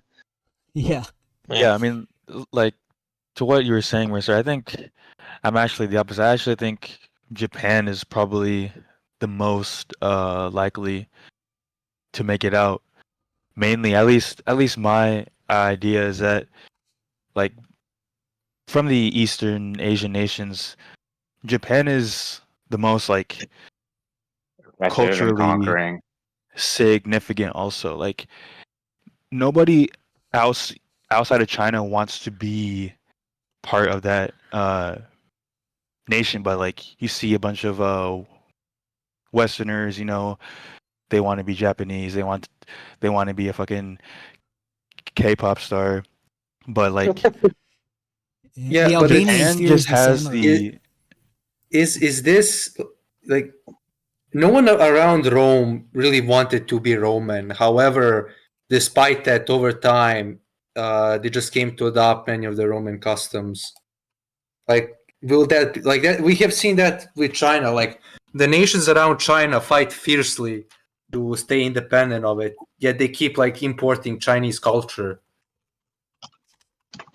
So agreed I that don't know. I mean yes, Like- that is true, but I think it's different now. Like it's not like like it wasn't like what like early early fucking like I think it was 1200s, where like you can just get a bunch of fucking Mongol men, you can get them on fucking horses and then just go in and like invade a nation. Like I feel like the only way to actually dominate now is to have social and cultural like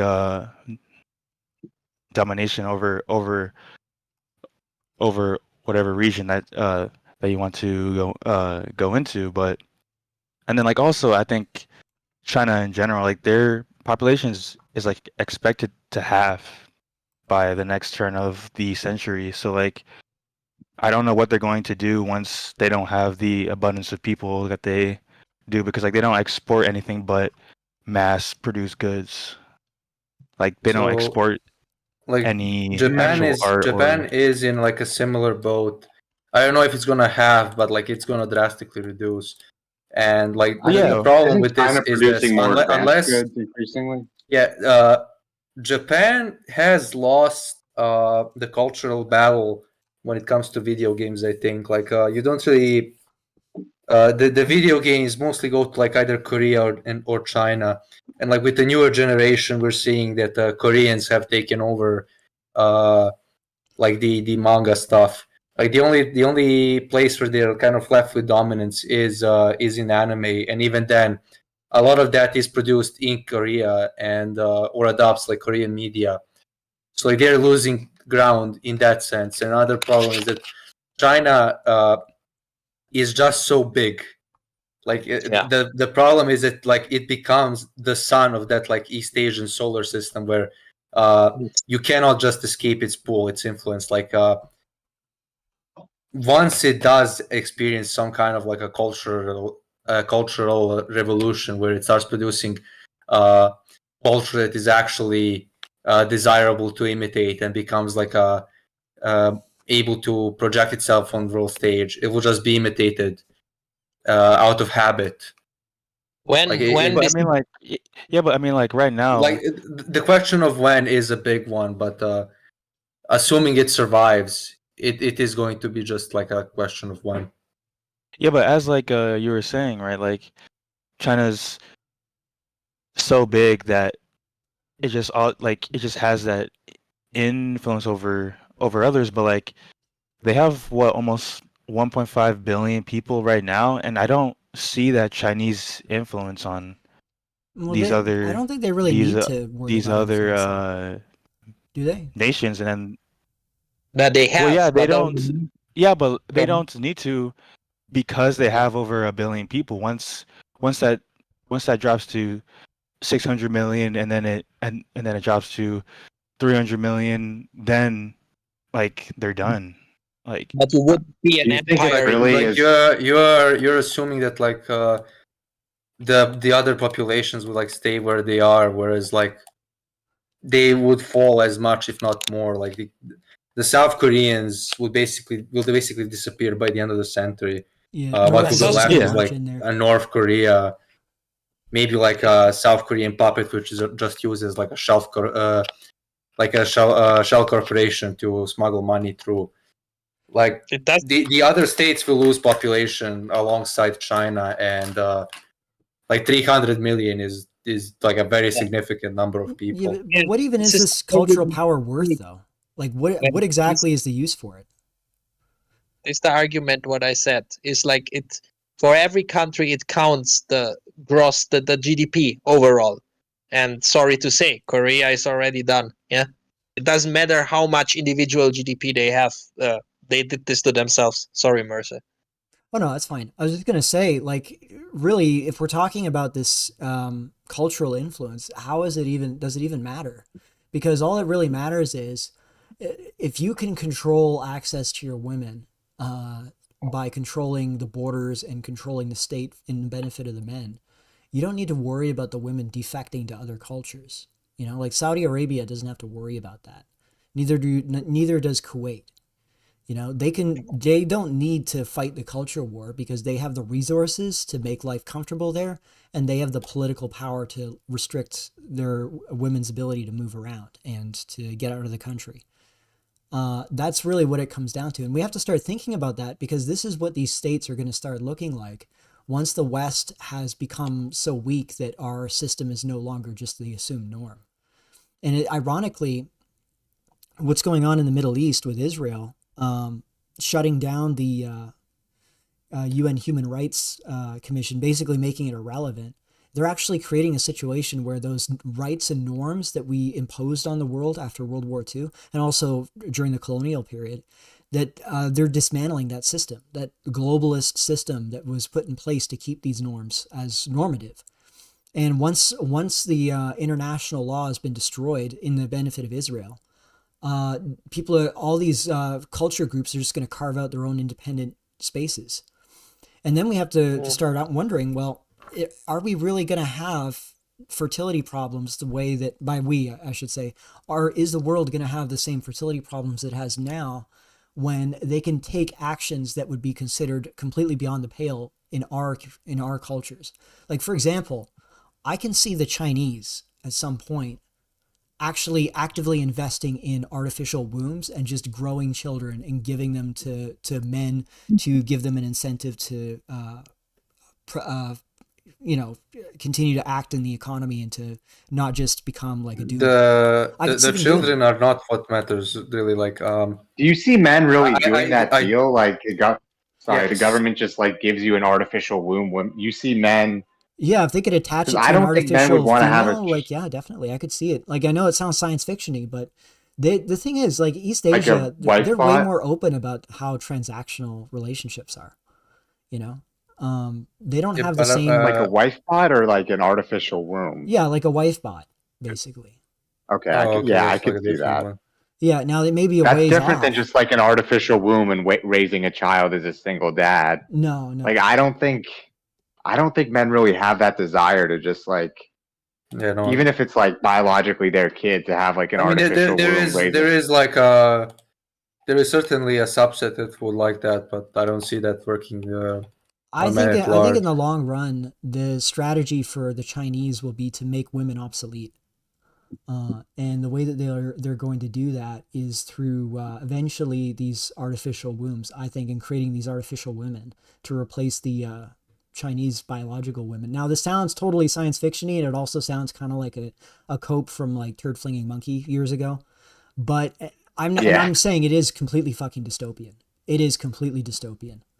But if you just look at the way that their culture is structured, and you look at how it's much more openly transactional, how relationships between men and women are, it's already kind of like that. And on top of that, if there's like a physical shortage and you can't force these women to reproduce through coercion, you have to figure out some way to survive as the state. And the Chinese, I think they're not going to have any ethical issues. So you're saying is that men will choose these artificial wives, like robot wives, over like real women? I see maybe Inkwell's choosing these robot wives, but realistically, I think if you can get like a real woman that's, at least a 4, I think men are going to go for that. So you're saying is that they won't have women at all, like they'll. Well, you're looking at Yeah, but like perspective. that's how like yeah, but like that's the same situation where like everyone wants like the I don't know, like the real Xbox controller, like the ones that come with like the console and whatever. But let's be honest, if you're broke, you're gonna take like the knockoff one. Like this isn't really gonna be a scenario where they can choose. But Mercer said it's make them cat or obsolete, meaning like not make them. Yeah, I think that's going to happen eventually in China. I'm not saying it's going to happen in even 10, 20 years. I think maybe 100 years down the line, they're going to be struggling with this fertility problem. Just to clarify, you're saying is that China will be an all-male society and the women will just be like robots. Yeah, like or robots, it's going to look like ancient. I think they will. Or, they will keep like a small amount for like the elites. Hang on it's a gonna second. be like a cow. I'm not coming like at the this horses, from a completely out of the blue perspective here. Like there are books that you can read on Chinese history and like Chinese demographic history. They actually recorded this stuff where the gender ratio in China was like 2 to 1 for most of its history, because like half of girls would just get drowned at birth due to being much more difficult to raise and take care of, and also the cost of dowries. Like China's always had a huge problem with excess men due to sex selective abortions and sex selective infanticide.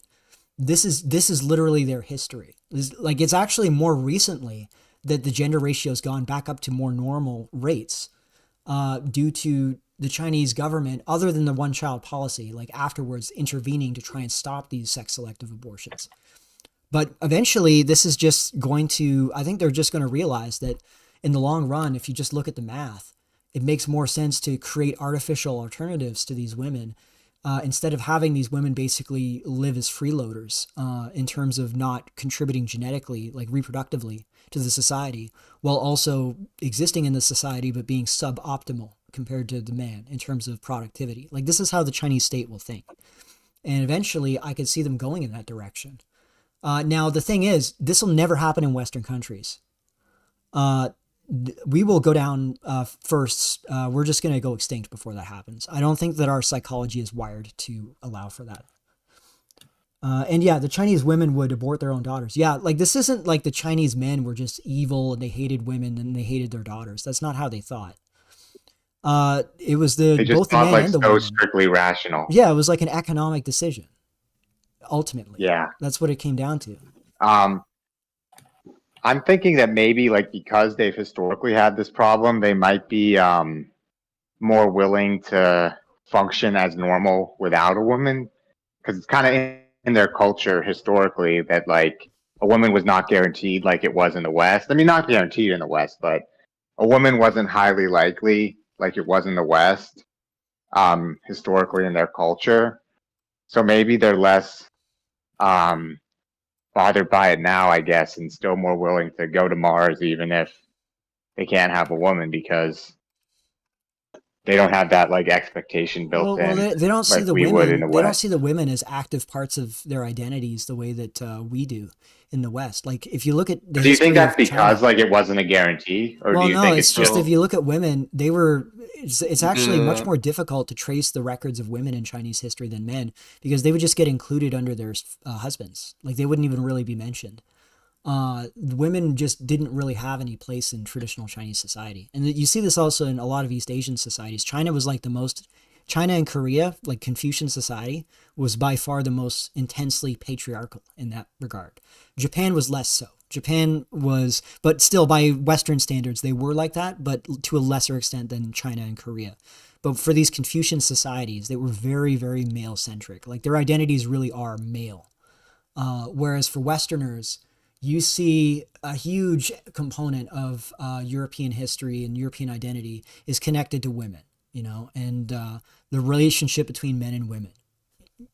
Women always, even if it was a patriarchy, women still always had an important place when it came to defining the society. Like you didn't refer to when you referred to a Mr. and Mrs. person, yeah, the woman would take the last name.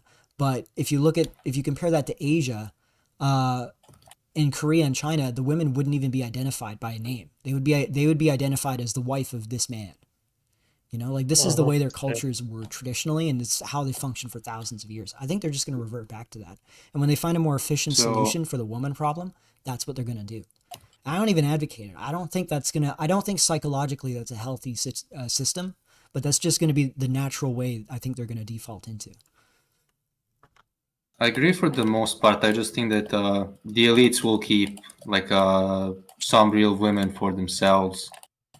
Like, you know, traditionally in China, how it worked was as you progressed up the bureaucracy, you would be allowed to have more women.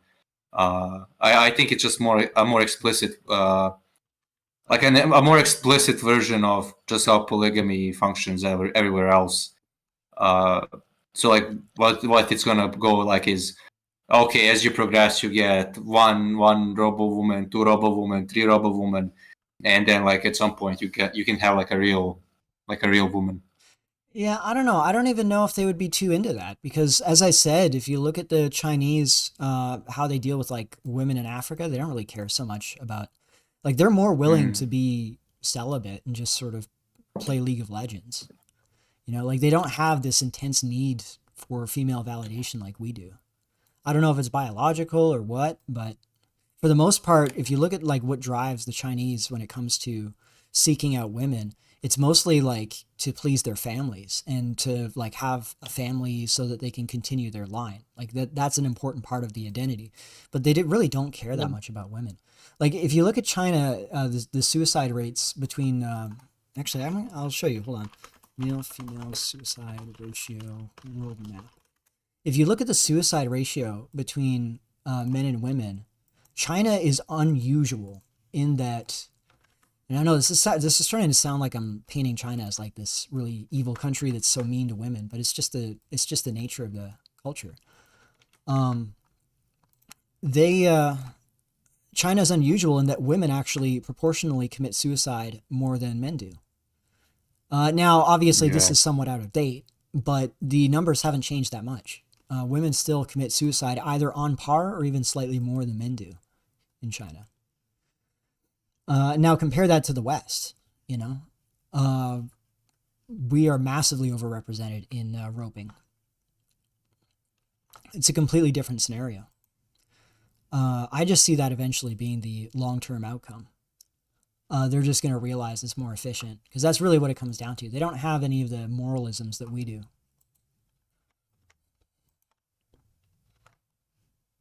Yeah, I mean, if someone, I guess, can develop a realistic enough artificial woman, I mean, I don't know. It seems like they definitely don't put much emphasis on women, but like, isn't there still like the attraction to women? Yeah, but you can simulate maybe they that. quote unquote. You can what? You can simulate that. You know, eventually we're going to get past the uncanny valley and we're going to reach a point where it's going to be hard to distinguish them. Like, I don't know. I mean, maybe. I just, like, if that happens, and it's just, yeah, I don't know. I mean, maybe. Yeah. But I think it still sounds like science fiction to me. Like, I don't think they even need to get that realistic. There is a not insignificant number of men who will just like go for like a plastic hole, like a rubber hole with a tablet for a face. Yeah. Yeah, I mean, times get tough, you know? yeah, but I don't know. I still think that like men would prefer women unless it's like really realistic, like you said. And I don't know. I mean, yeah, but if it's do you one or think the other, we have the ability? yeah, maybe, but it's not going to be one or the other. That's the thing. Like, the thing is, if you guys remember the demographics video I did, I showed how the average age, as it goes up, you see this ratio of men competing for women. It increases, and it can increase dramatically. Like you can see it's almost like an inflection point where it goes, once you bypass a certain age, it just flips upside down, and you have this massive competition for men, or for women rather. And China is not going to be hitting that for another 10 or so years, 15 or so years, but they will be hitting it. And once they do, they're going to be in a crisis that is a completely different order of magnitude because they also have the actual physical shortage of women. And India is going to be hit by that in about 25 years, I would say, 20, 25 years, because they're further behind on that. But it's going to hit them all. The entire world's going to get a lot worse in this regard. And the stuff that seems completely ridiculous now that we're talking about is going to be talked about as serious policy at some point. I see it coming. You don't see them just like trying to talk about as a serious policy, maybe putting something in the water to create more girls? Because I see like a chemical that could kill the Y chromosome sperm. Yeah, maybe that would be awesome if they could come up with something It's like that. like China, you don't see them just... Imagine if we could increase the female proportion of births by like where it's like 2/3 of births are female. You could correct this problem overnight practically. Yeah, exactly. Yeah, and like I think that theoretically could be possible. I mean, in vitro fertilization, and even if that's not widespread, I don't think it's insane to think of someone inventing, you know, a chemical that can kill the Y chromosome sperm. That's not one of like the technological achievements that I just see as like way out there. You know what I mean? Yeah. Yeah, you're probably The right. issue is that I don't think any country actually wants an excess of women, or any culture for that matter. Like that's something that we can talk that like you want on Well, an I think you individual want it when basis. you don't have it. Like, I think Yeah. when there's enough women to go around, you don't. But like, if you're an inkwell and No, there's like so a lot what of I mean is there is a difference when you're making like a policy on your personal level and on like a nationwide level. On your personal level, you do want an excess of women, because an excess of women means that you get laid easier.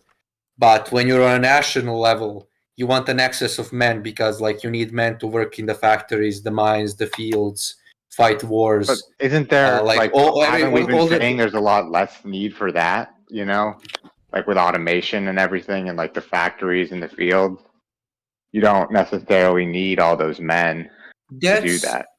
it's going to it does depend on like what you actually at what stage you are, how exactly it's done.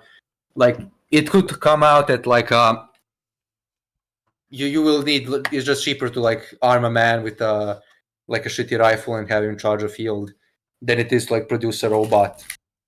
But But those are I the think things you robots need are already ironed here. out. Like robots in like production, you know, low and unskilled production have been a reality No. for a while. Like, I think that's part of the squeeze that like blue collar workers have been facing. That's not everything, but I don't think you really have this like demand for male labor very much. I mean, I don't know. Maybe the economic incentive's just too strong, and you just want to like that excess profit, that excess leverage. But I don't think it's like Yeah, a that's true another like part. need. You know what I mean? It's going to depend, and it's we are like on the cusp of like the transitional phase in automation, where we are going to soon like iron out the kinks of what is cheaper to be done by human and what is cheaper to be done by robot. Assuming it doesn't just all fall apart because like we got too stupid and like the Indians aren't up to snuff. But yeah, Maybe the Chinese aren't getting stupider though. Maybe in the West we are, just because of like what women have been selecting for. But maybe in China they're not. Like in China, there's still. I think we should have Chinese historian on, and he can talk about China. But That would be an excellent from what I stream, get because I'd be curious to hear his position on my take on China eventually on this, going to yeah, that. Yeah, and just I to am be very clear, interested in I'm not like saying it's going to happen in 20 years, but I do see eventually in the long run. I don't think China will ever be able to get their birth rate back up to replacement. I could see Europeans going super hard on gynocentrism and and the reason why I say that is if you look at Sweden, for example, Sweden has managed to recover its dysgenic fertility rate, where now, regardless of the education that women have, they have about the same number of children. And they've done that through heavy socialist policies towards spending money on women and healthcare, childcare, giving them tons of days off specific to women. aren't like the Scandinavians rolling back a lot of like the socialist policies? Like the problem with those is that like you do need a youthful population. Like I don't know for every specific policy, but I do remember that for if you want to have a relatively good pension, you need 5 workers for every retiree. And I'm assuming you need like at least like 3 workers for every mother on maternity for like it to make sense. So it is dependent on you having like a younger population to sustain, which like just isn't happening. it is. Yeah, Yeah. that's the reality of these like social safety net systems. It Yeah. depends. They can Brutal. adjust those though. There are ways that you can adjust it so that it's not a Ponzi scheme. I see them eventually going to have to do that.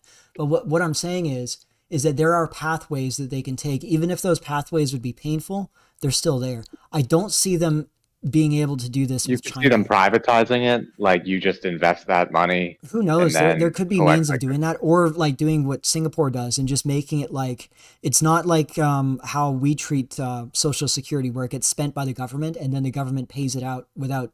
It's not like money that's set aside. It's money that gets spent by the government like taxes, and then it's dispensed by the government later as just a direct benefit.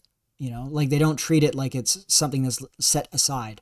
Whereas in Singapore, my understanding is they set aside a portion of the person's wages throughout their life, and then they release it back to them, adjusted for inflation or something along those lines. Like it's a different system. It's not a system that incentivizes pyramid schemes. Reliant on low inflation. Yeah, you I mean, know? there are ways that you can do And- this, though, is my point. But like that's like still a retirement scheme. Like Yeah, look, the point is there are ways that you can But do because there's this less inflation, it's not that really is as much less, of a scheme. less It's more just dependent like on perpetual saving. growth.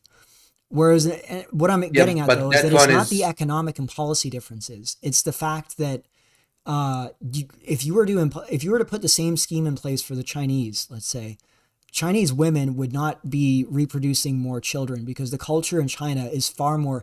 It's like beta buxing is kind of like in their DNA as like an agricultural civilization in a way that is not the case for Europeans. Like Europeans are much more adjusted to, even though, and adjusted is still badly adjusted, but are less screwed up by the disconnection of productivity from male identity. They're not as, like, there are more situations where white women will tolerate being with a white man who makes less than her. Like it'll be more tolerated than what you would see in China, even if it's not generally not tolerated across the board. It's just a matter of degree. Whereas in China, it would never happen, period. Like it's absolutely, when it comes to resources, it's. You don't think women would choose like the best looking man and just kind of hair him up with him? I don't think it would work the same way. Like resources in China, it's part of their identity when it comes to status, is having a husband that makes a lot of money and is wealthy. It's different from Europe. Like it's much more materially focused is their culture.